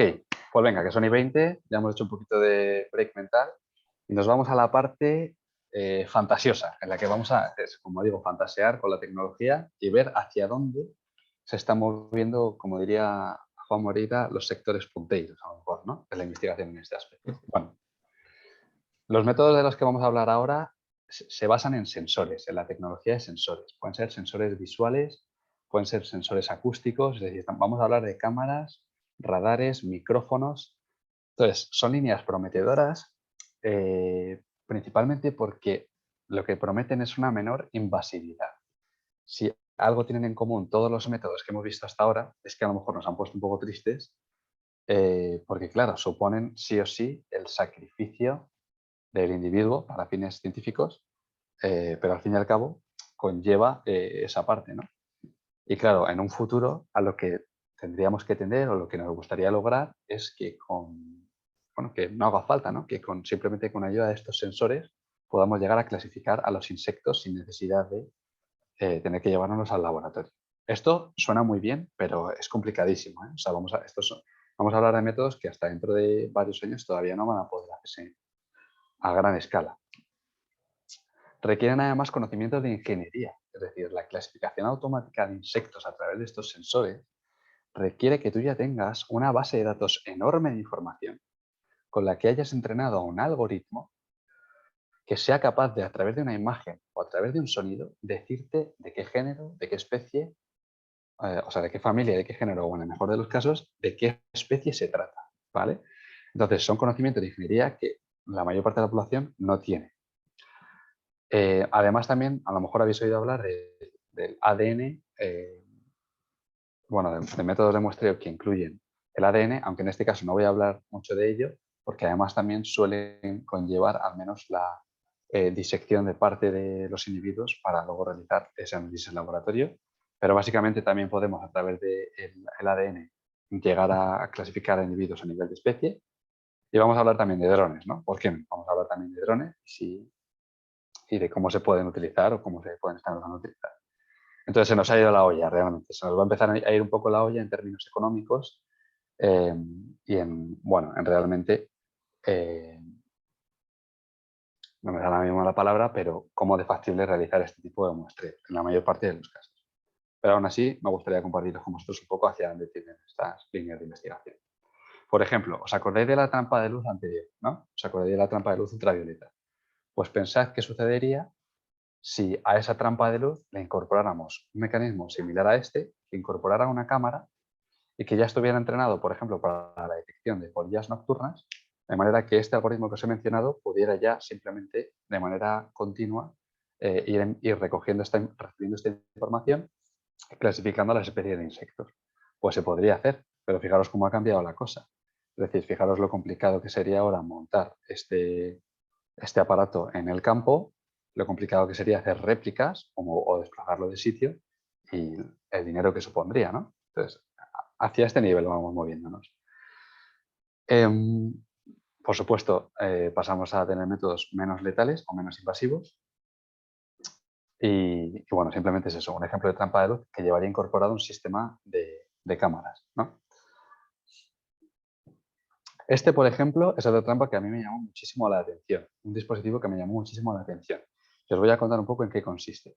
Básicamente es una trampa que se ha desarrollado para tratar de controlar la mosca del olivo, Bactocera oleae. Y es como una cápsula. Lo que quiero que os imaginéis es que en esta cápsula, en la parte superior, ¿vale? Que es esta que veis aquí en la imagen de la izquierda arriba, tiene incorporado ya por ejemplo, una luz verde o roja que te avisa de si la especie que ha entrado es o no es la que a ti te interesa, ¿vale? La mosca del olivo. Además tiene un GPS para geolocalizar tu dispositivo y saber dónde está, o si a lo mejor una de las cosas que suceden es que cuando instalas dispositivos en campo hay muchos hurtos y robos que fastidian el proyecto de investigación. Pues a lo mejor con esto podrías traquearlo. En definitiva, arriba ya tenemos un sistema que nos está aportando numerosa información, pero lo más interesante se encuentra en la parte baja, porque podemos ver dos paneles a ambos lados de la trampa, ¿vale? Que esto, hay algunas cosas me cuesta explicarlo porque son sistemas más complejos, pero básicamente tenemos una parte que está enviando infrarrojos, luz infrarroja hacia la otra, y tenemos un receptor en el lado opuesto. Lo que significa que en el momento en el que cualquier insecto atraviese esa línea, va a quedar registrado, en este caso, la frecuencia del batir de sus alas. Entonces, este equipo, van a quedar registrados los cambios de luz que la silueta de este insecto produce al atravesar esta línea, y gracias a esos cambios de luz, el algoritmo en este caso ya te puede identificar si se trata de la mosca del olivo o no.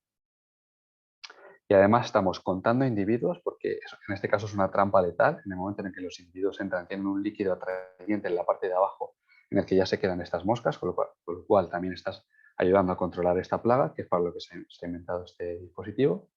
Y tenemos sensores de temperatura, en la parte de arriba también, sensores de humedad, las coordenadas, en definitiva, un dispositivo ya espectacular, ¿no? Que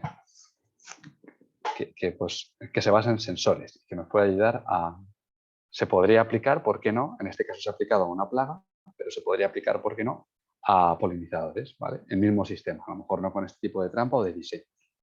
Esto simplemente para eso, pues para ir enseñando cosas que ya se han diseñado o que se están diseñando. De la misma manera, pequeñas cámaras. Si, por ejemplo, dejáramos un sistema parecido a este, una pequeña cámara sobre un arbusto o sobre una flor concreta, podríamos observar, igualmente si está conectado pues, a un algoritmo, lo que está sucediendo a lo largo del día en esta flor. En concreto, en este estudio de STEAM en 2017, solo podían enfocarla a una única flor, ¿no? Lo cual puede hacer un poco, bueno, el muestreo un poco tedioso. Pero, al fin y al cabo, ¿qué tipo de...? Aquí tenemos otro ejemplo, ¿vale? Pequeñas camaritas enfocadas en una flor que pueden identificar al individuo, traquear su movimiento, el patrón, el comportamiento que está teniendo sobre la flor y registrar un montón de información. Por ejemplo, ¿para qué nos podrían ayudar? A conocer los ritmos circadianos de los polinizadores. Gracias a estas cámaras podríamos saber a lo largo del día, por ejemplo, aquí tenemos las horas del día, las 24 horas del día, podríamos averiguar en qué horas se concentra el mayor número de visitas de individuos y al mismo tiempo en qué temperaturas se concentran también estas visitas, ¿no? Nos podrían estar aportando esta información, que instalamos la cámara y luego la trasladamos al ordenador. Y de igual manera, abundancia y duración, ¿no? Nos pueden estar aportando información sobre esto. Hay ya varios programas centrados en este tipo de clasificación automática de individuos. Por ejemplo, DAISY es un programa que utiliza colecciones científicas y de museos y que identifica a partir de la forma de las alas y la venación alar. En el caso, por ejemplo, de las abejas, hasta donde yo sé, la venación alar es al final una de las mejores maneras de clasificar a nivel de especie los distintos patrones que tienen en la sala, y ha aportado hasta ahora un 95% de resolución. En este caso, diría que se centraba en abejas, aunque no estoy todo seguro ahora mismo. Spira se centra en arañas australianas y en este caso es a través de sus genitales externos. Algunos pueden ser letales, es decir, que pueden suponer la recopilación de los individuos, llevarlos al laboratorio, separar o diseccionar la parte con la que podemos identificarlo y luego correrla a través de este software que nos lo va identificando automáticamente. InSelect, Avis, por ejemplo, es un sistema de clasificación automática de abejas.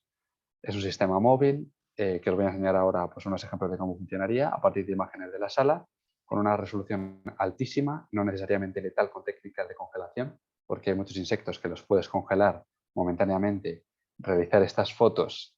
Yo no lo he hecho, pero creo que es posible, y luego volverlos a soltar en el campo, lo cual sería ideal, que llevaría un esfuerzo de muestreo bastante grande. Y, en definitiva, distintas programas que se están utilizando hoy en día. Este, por ejemplo, sería un ejemplo de ABIS, ¿vale? De las abejas.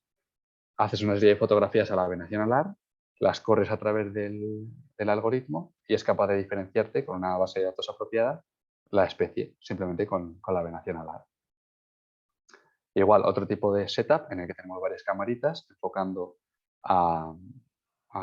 en este caso, un área con distintos tipos de flores y que nos pueden empezar a proporcionar información sobre individuos, abundancia, picos de actividad a lo largo del día, distintas especies que están visitando, todo de manera automática, sin tener que tener, al fin y al cabo, un investigador en campo gastando muchas horas, invirtiendo muchas horas de su tiempo. Y ahora os voy a hablar de una parte que a mí me incumbe un poquito más porque es lo que respecta al sonido, ¿vale? Tanto monitoreo acústico activo o pasivo. Hasta el momento hemos visto métodos de muestreo visuales basados en sensores principalmente, en cámaras, básicamente. Pero en el mundo de los insectos también existe el sonido. Es un elemento muy presente en los ecosistemas terrestres y acuáticos. El sonido nos puede informar sobre una barbaridad de aspectos. Por ejemplo, sobre la abundancia, sobre la posición, el tamaño corporal. En abejas, por ejemplo, en abejas de mayor tamaño corporal, el sonido suele ser más grave. Motivaciones comportamentales. Ahora os voy a enseñar un ejemplo bastante chulo. O, por supuesto, la clasificación, incluso a nivel de especie. Hay una disciplina que es la bioacústica que se centra en esto, en aprovechar los sonidos que provienen del reino animal para extraer información valiosa para proyectos. Se requiere también de un buen conocimiento previo, en este caso, del que carecemos, sobre todo en el mundo de los insectos. En las aves, por ejemplo, sí que tenemos miles y miles de estudios, pero en insectos estamos literalmente empezando. Aunque predominan los estudios de clasificación de especies de cigarras, por ejemplo, o ortópteros, saltamontes, grillos, que son especies muy ruidosas que escuchamos con mucha facilidad.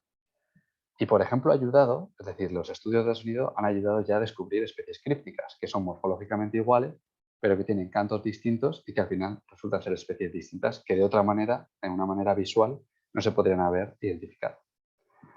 En el caso de las abejas, por ejemplo, dípteros, lepidópteros, coleópteros, no tienen estructuras productoras de señales acústicas especializadas como tienen los grillos o las cigarras, pero sí que producen sonidos, como digo, con el batir de las alas. Tienen una serie de músculos de vuelo en el interior del tórax con los que mueven las alas y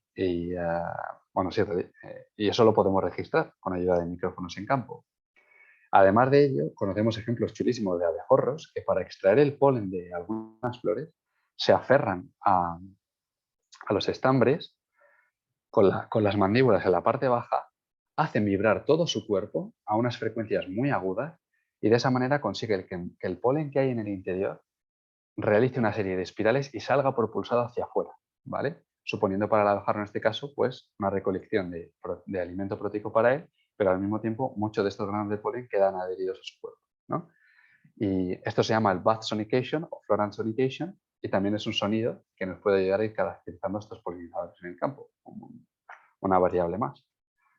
Y sabemos que al menos en abejas 7 familias y más de 50 géneros lo producen, ¿no? Como un ejemplo así curioso. Tenéis ahí un artículo de Luca y Vallejo Marín en 2013.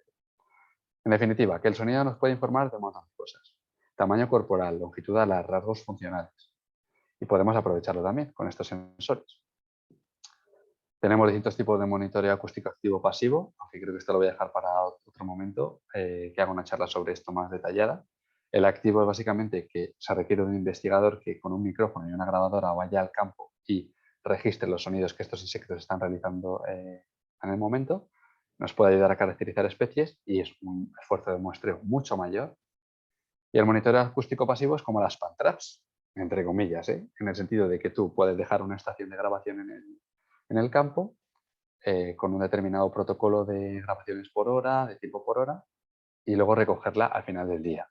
Esto sabemos que funciona con aves, por ejemplo, y con otros grupos, pero con insectos no tenemos ni idea todavía. Es decir, es una línea de investigación que empezamos a desarrollar en la Universidad Autónoma de Madrid, pero que estamos realmente en ropa interior, ¿no? En este sentido todavía.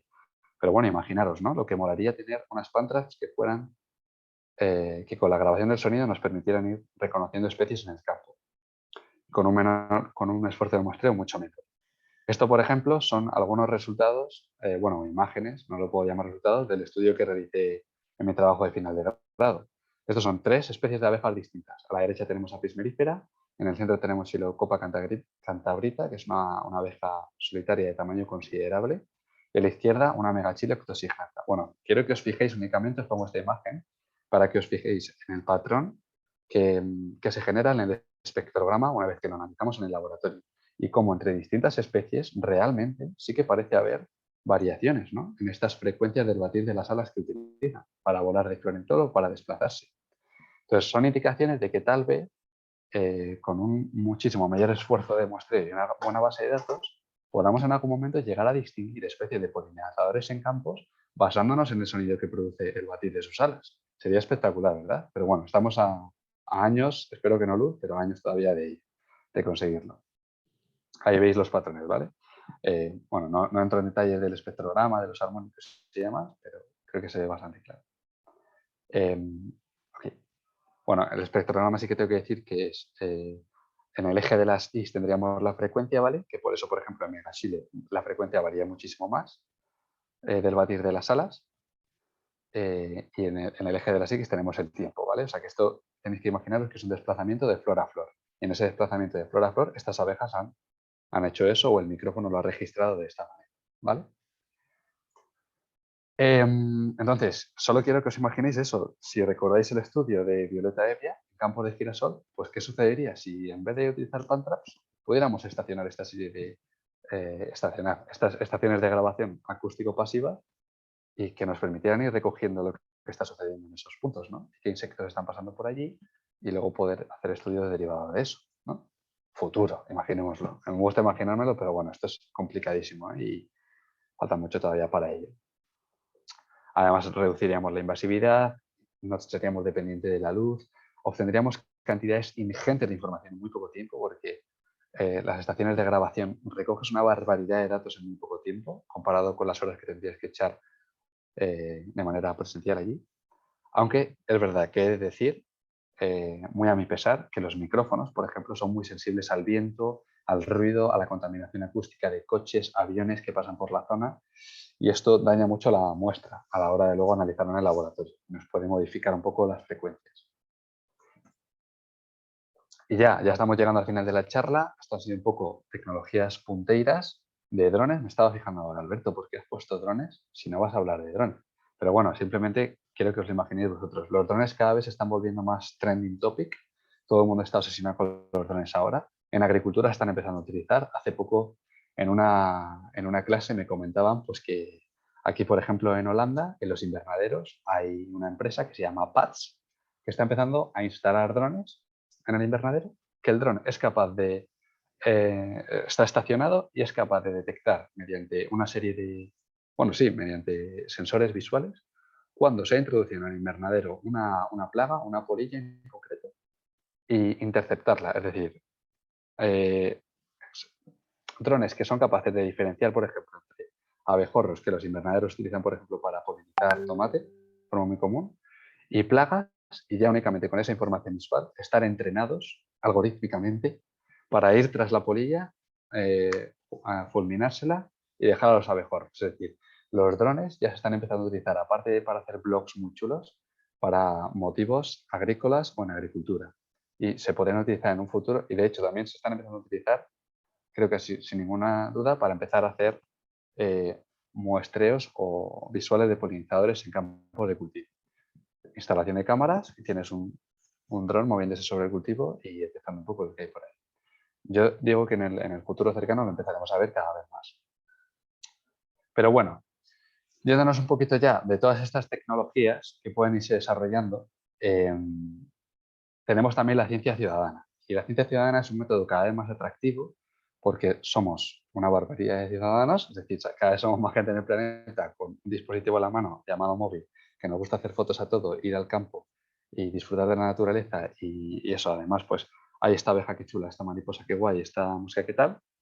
Y oye, pues si pudiéramos aprovechar toda esa información visual para conocer la distribución de nuestras especies en el campo, ¿por qué no, no? Muchos proyectos de investigación lo aprovechan y con resultados muy buenos. Recopila grandes bases de datos enormes, información geográfica muy amplia y a bajo coste en comparación con otros métodos ya citados. tienen un componente educativo y divulgativo muy interesante porque puedes involucrar a la ciudadanía, realizar charlas, pequeños talleres, explicar cómo diferenciar, no sé, moscas de abejas, por ejemplo, en campo, que mucha gente no sabe cómo hacerlo, y pues aprovechar para hacer eso, esa labor divulgativa, que por ejemplo en hidrozadas pues, nos gusta mucho, y además información de todo tipo, dinámicas poblacionales, especies, hábitos de nidificación, etc. Solo quiero que os fijáis en Naturalis, que ha tenido muchísimo éxito. O sea, estas cifras son del año pasado, pero si me metiera ahora tendríamos muchísimas más observaciones, personas inscritas subiendo fotos a la red de lo que van viendo, especies observadas. Por ejemplo, si nos metiéramos ahora mismo y pusiéramos abejas en la península ibérica, nos saldría algo como así. Es decir, que podemos realmente tener información a mano muy valiosa sobre localización de distintas especies de abejas en distintas regiones y utilizarlo para proyectos de investigación. Muchas de ellas también se están desarrollando y Naturalis es una aplicación internacional, ¿vale? Y no es necesariamente muy especializada a nivel local.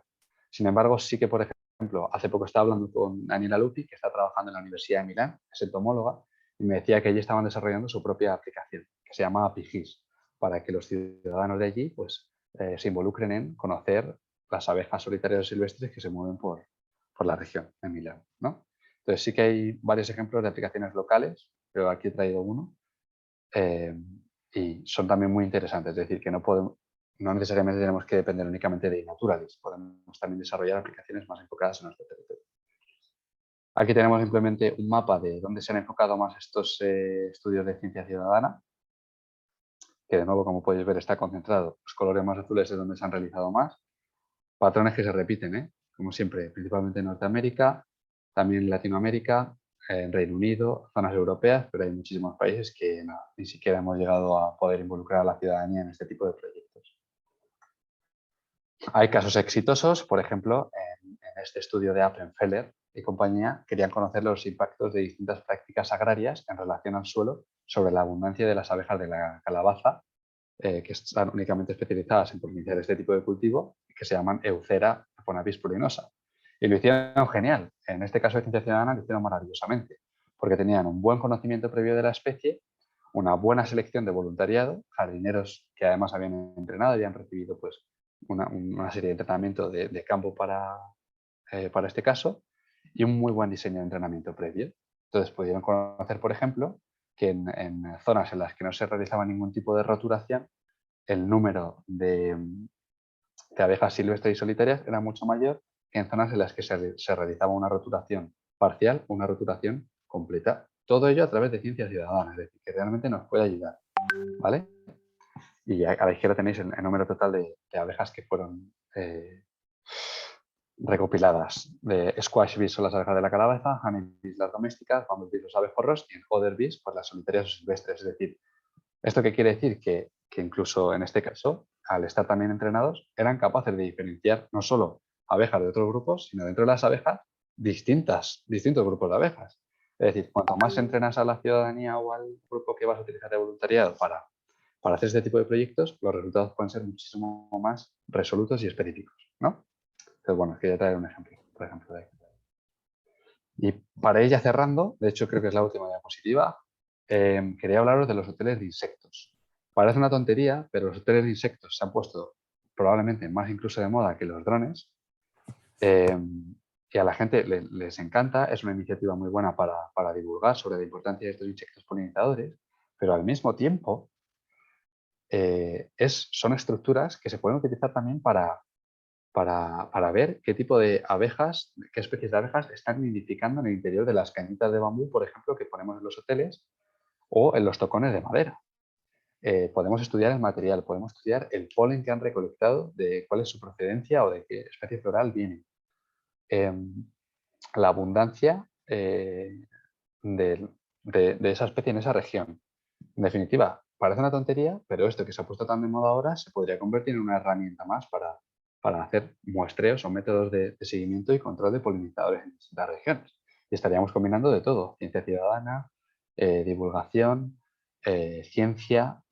Además es súper interesante, ¿no? Ver cómo dentro de cada caña de bambú, como digo, que al final de la temporada simplemente tú puedes extraer las cañas de bambú del hotel de insectos, la podemos abrir, podemos ver la presencia de parásitos, podemos ver si han sido parasitadas por avispas, algunas larvas, podemos también estudiar la presencia de moscas, otros dípteros, arañas. Se pueden hacer un montón de cosas, es interesantísimo, la verdad. Aunque sí, muy interesante. Estos dos últimos diseños son de la startup que os he mencionado al principio, de la de Diegate. Pero bueno, hay miles y miles y miles, y también los hay que no son realmente efectivos para abejas solitarias silvestres, pero eso es otro tema. Así que nada, con esto quería terminar. Ya hemos visto toda la tecnología, hemos puesto los pies en la tierra al final y hemos regresado a los hoteles de insectos, que es un poco la última moda o lo que se está poniendo de moda respecto a polinizador. Y con esto os quería traer las conclusiones y consideraciones finales de esta charla, que las he escrito, y son las siguientes. La primera es que vivimos en una era de continuo cambio, ¿vale? El cambio climático, el crecimiento exponencial de la población y la destrucción de hábitat no cesan ni van a cesar a corto plazo, desgraciadamente, porque las medidas que estamos tomando no ayudan para nada a mejorar la situación. No podemos esperar a métodos totalmente automatizados ni podemos poner nuestras manos en la tecnología porque, como he intentado demostrar, estamos muy lejos todavía de conseguirlo.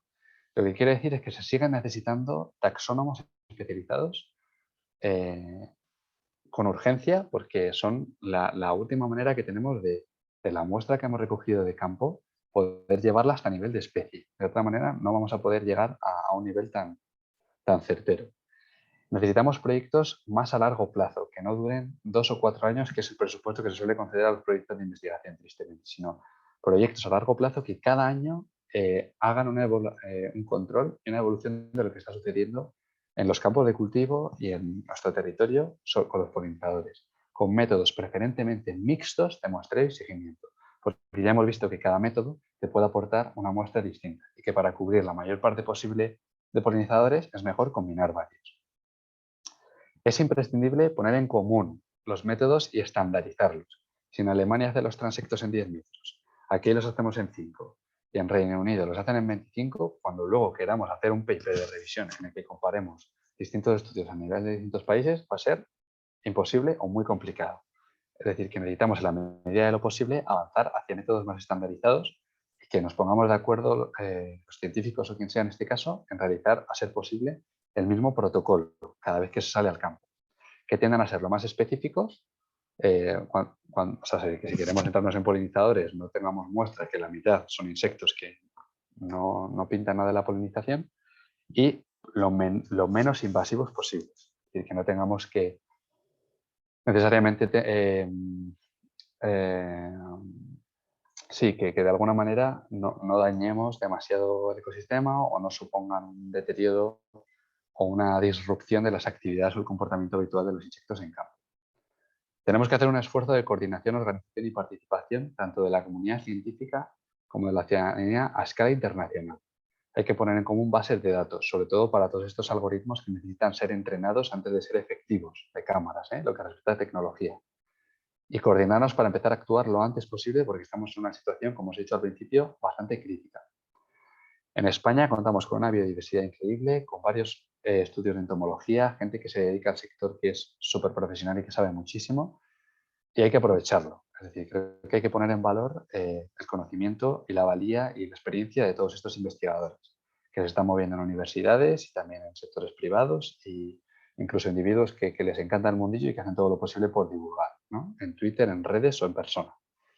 Y por último, recordar como siempre que aunque esta charla se haya centrado en polinizadores, no todos son polinizadores, ni todos los polinizadores son abejas, y no nos podemos olvidar del resto. No vaya a ser que hagamos como lo que pasó con la abeja doméstica, que perdemos a la abeja doméstica, vamos a proteger la abeja doméstica, la apicultura, y nos olvidamos de las abejas silvestres. A ver si ahora nos vamos a centrar en todas las abejas silvestres y las domésticas, que son todas igual de importantes, y nos vamos a olvidar de las moscas o de las mariposas o de los coleópteros o de otro tipo de grupos que contribuyen de manera súper significativa a la polinización. Entonces, no nos olvidemos del resto, ¿vale? Aunque a mí me encanten las abejas y estén ahora mismo en cabeza, no nos podemos olvidar cuando hacemos estudios relacionados con la polinización. Y con esto dejo unos segundos esta diapositiva de referencias que he utilizado para esta charla, porque como digo, ha sido una especie de revisión bibliográfica hecha de la manera un poquito más posible. más amena posible. Así que aquí tenéis recursos que podéis consultar de manera individual si queréis indagar más profundo en muchos de los resultados que he mostrado o artículos que he mostrado o métodos de muestreo. Y ya está. Y luego me podéis pedir cualquier cosa a nivel personal y por ello os dejo aquí mi email personal, el Twitter, el Instagram, el LinkedIn también y por supuesto lo de Iberozoa, que es al fin y al cabo la asociación desde la que estamos haciendo todas estas actividades de divulgación y tanto para ciudadanía como para investigadores o científicos. Igualmente ahí os dejo el email, os dejo el Instagram y el Twitter y la página web.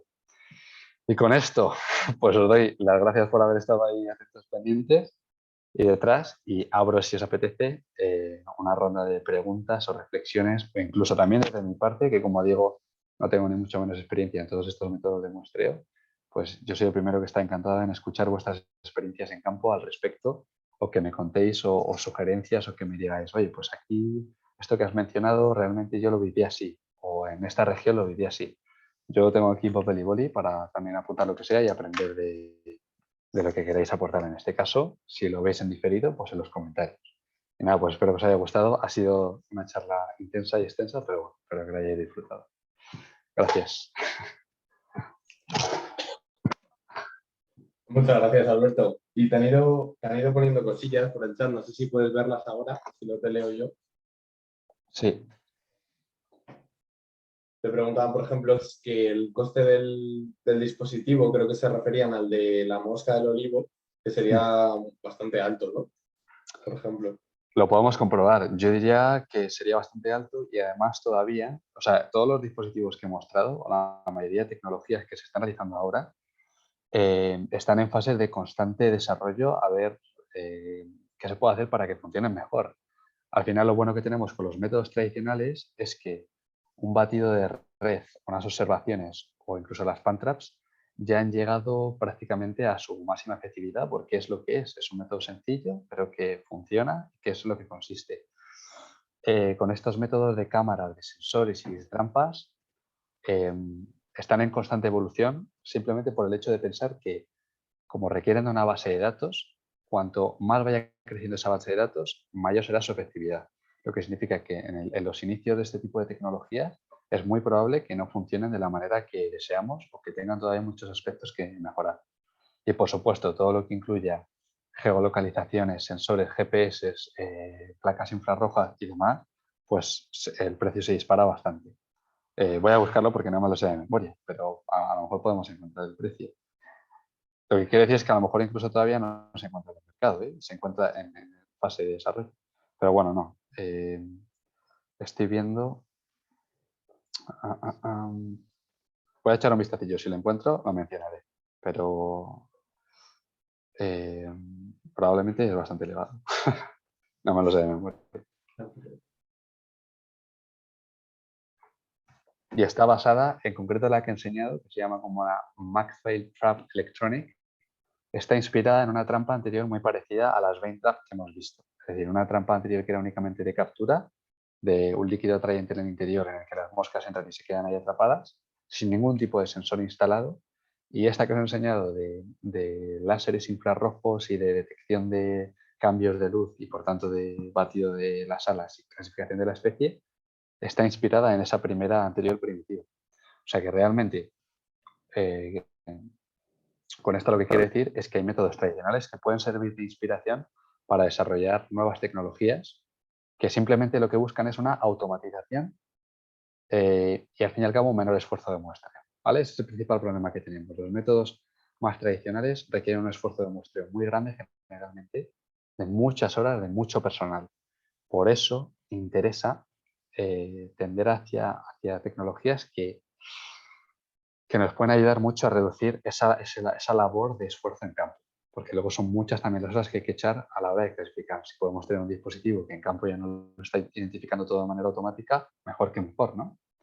Aún así, yo siempre digo que nunca hay que dejar de ir al campo a observar, porque es que siempre es bueno observar, primero porque te hace tener una idea mucho mejor de lo que está sucediendo y mejorar muchísimo más el estudio que está realizando para cualquier aspecto. Y segundo, porque incluso en campo a veces ves cosas que no conoces la explicación y da lugar a nuevas líneas de investigación. Entonces, el campo no hay que dejarlo nunca. Lo que sí que es verdad es que si podemos empezar a contar con métodos más automatizados, pues mejor que mejor. Es hacia lo que tienen estas nuevas tecnologías en general, automatizar. Por ejemplo, cuando hablaba de las estaciones de grabación automáticas, pasivas acústicas, que en algunas diapositivas he ido ya un poquito rápido para que nos fuera más la hora de las manos, ¿no? Pero las estaciones de grabación automática a lo que han ayudado básicamente es que, por ejemplo, en una selva tropical en la que anteriormente los investigadores tenían que primero acceder a la zona, ¿vale? Que muchas veces hay regiones que son inaccesibles simplemente para un investigador, porque están rodeadas de cuerpos acuáticos, porque la vegetación es tan densa que no puedes avanzar adecuadamente, porque hay incluso estructuras peligrosas o fenómenos que pueden suceder que pueden poner en riesgo la vida del investigador que está en el campo tratando de recopilar esta información. Pues en el caso, por ejemplo, de las aves, en zonas tropicales, que tienen estos cantos tan característicos, las estaciones acústicas pasivas han permitido que todas estas horas de muestreo en la zona de estudio, en persona, en la que el investigador tiene que escuchar, observar e identificar en persona, puedan ser sustituidas por, y además ser disruptivo un poco para el ambiente, porque no dejamos de caminar, apartar vegetación, estar en un ecosistema en el que realmente no pertenecemos o no pintamos mucho, pues todo eso sustituido por un dispositivo de grabación que puedes dejar en el campo, en un árbol instalado, dejarlo corriendo durante horas, semanas o incluso meses. Hay estaciones que ya están de forma continua, que ni siquiera hay que ir al campo porque la alimentación energética es a través de paneles solares y pueden mantenerse ahí. Y desde esas estaciones, como nuestra información sobre las aves era ya tan potente, nos pueden estar clasificando constantemente la presencia, abundancia y localización de especies de aves en la selva, por ejemplo, o en zonas tropicales, sin necesidad de tener investigadores allí. Entonces, en otros grupos son cosas que ya funcionan muy bien. En los insectos todo se complica y hay muy poca información, pero es a lo que tendríamos que tender, ¿no? Un poco lo que quería expresar con ello. Luego también te decían si el dispositivo pasivo de audio sería como un AudioMod. Sí, el AudioMod en concreto es otro dispositivo de audio, ¿verdad? Si no me equivoco. Lo único que es un poco...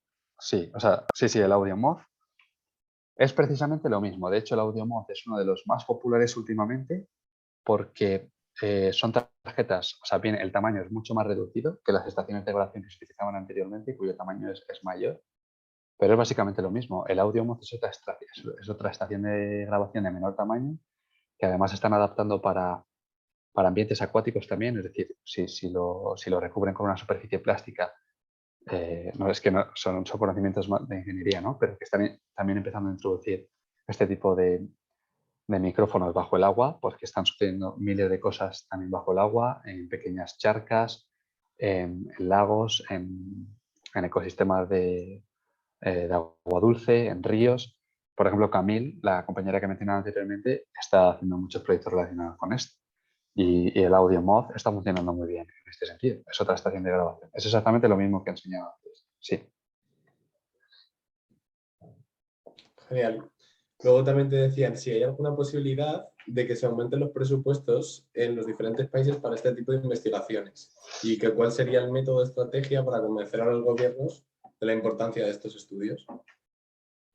Vale, es muy buena pregunta, además es muy recurrente, suele ser una pregunta que ha aparecido en otras charlas. Por lo que yo conozco, en el mundo sobre todo de la investigación, que es en el que se desarrollan este tipo de proyectos, la mayor parte de ellos suelen depender ahora mismo de fondos europeos. Es decir, se presenta un proyecto, por ejemplo, a largo plazo de 4 años en el que se trata de pedir financiación para caracterizar las comunidades de polinizadores de una región concreta y se espera a recibir financiación por parte de estos programas europeos que últimamente están teniendo el dinero que están invirtiendo es muy grande porque es un problema que cada vez está más presente. Tenemos todos estos proyectos que se llaman Horizon 2020, Horizon 2022, los LIFE, por ejemplo, los proyectos LIFE, también, también algunos involucran polinizadores. En Life Cañadas, que es uno que se está realizando aquí en España, están intentando tratar de ver las comunidades de polinizadores asociadas a las cañadas reales.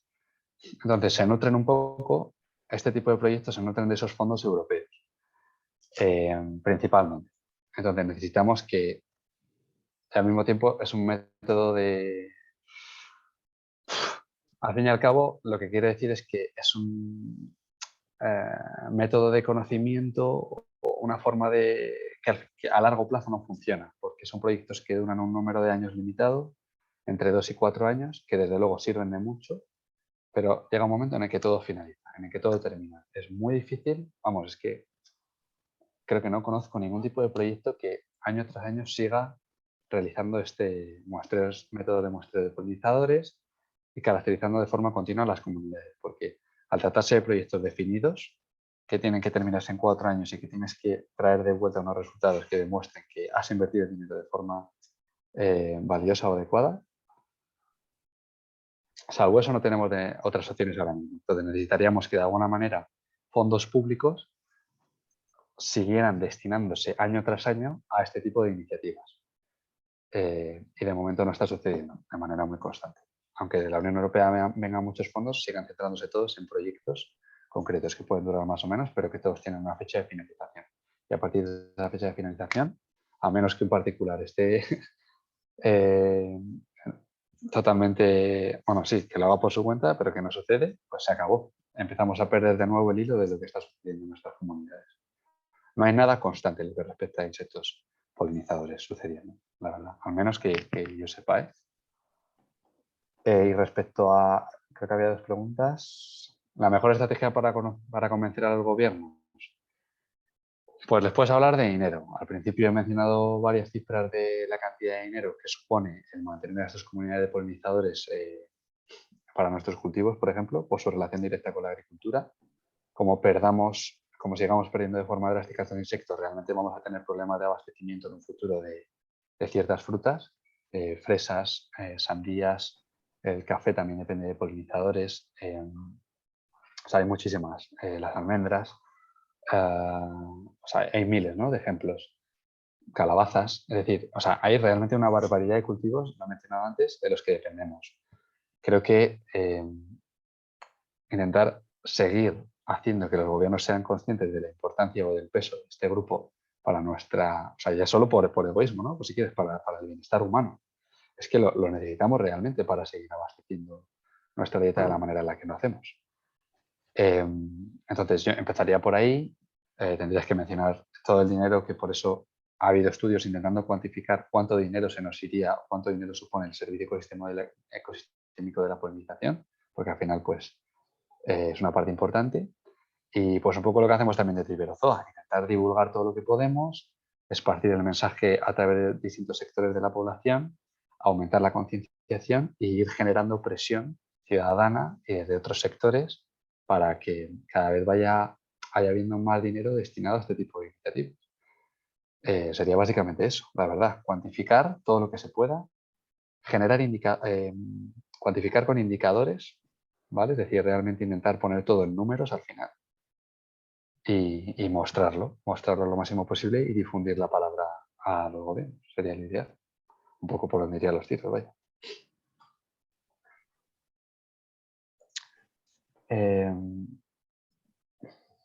Ok. Bueno, Luego muchas te gracias. decían, Sí. sí, destacaban la importancia de la fauna edáfica, por ejemplo, también. Sí. ¿Y qué más? Y luego también un proyecto ciudadano en Asturias, en las vacaciones, decían que pedían para localizar especies, o sea, avispa asiática. Que había ahí... Claro, por ejemplo, efectivamente, los proyectos de colaboración ciudadana no tienen que centrarse únicamente en la polinización. Se pueden utilizar también, en este caso, para controlar una especie invasora. La avispa asiática es un problemón que lleva acuciando ya varios años a la península ibérica. Se importó a Europa, en Francia, a través de macetas de bonsái desde territorio asiático hace ya varios años y pues se está convirtiendo en un problema enorme, principalmente por su relación con... Las alarmas saltaron con la apicultura. La avispa asiática es una avispa depredadora que se alimenta, o sea, es capaz literalmente de destruir o dejar por completo, sí, bueno, de acabar con el funcionamiento de colmenas enteras de abeja doméstica.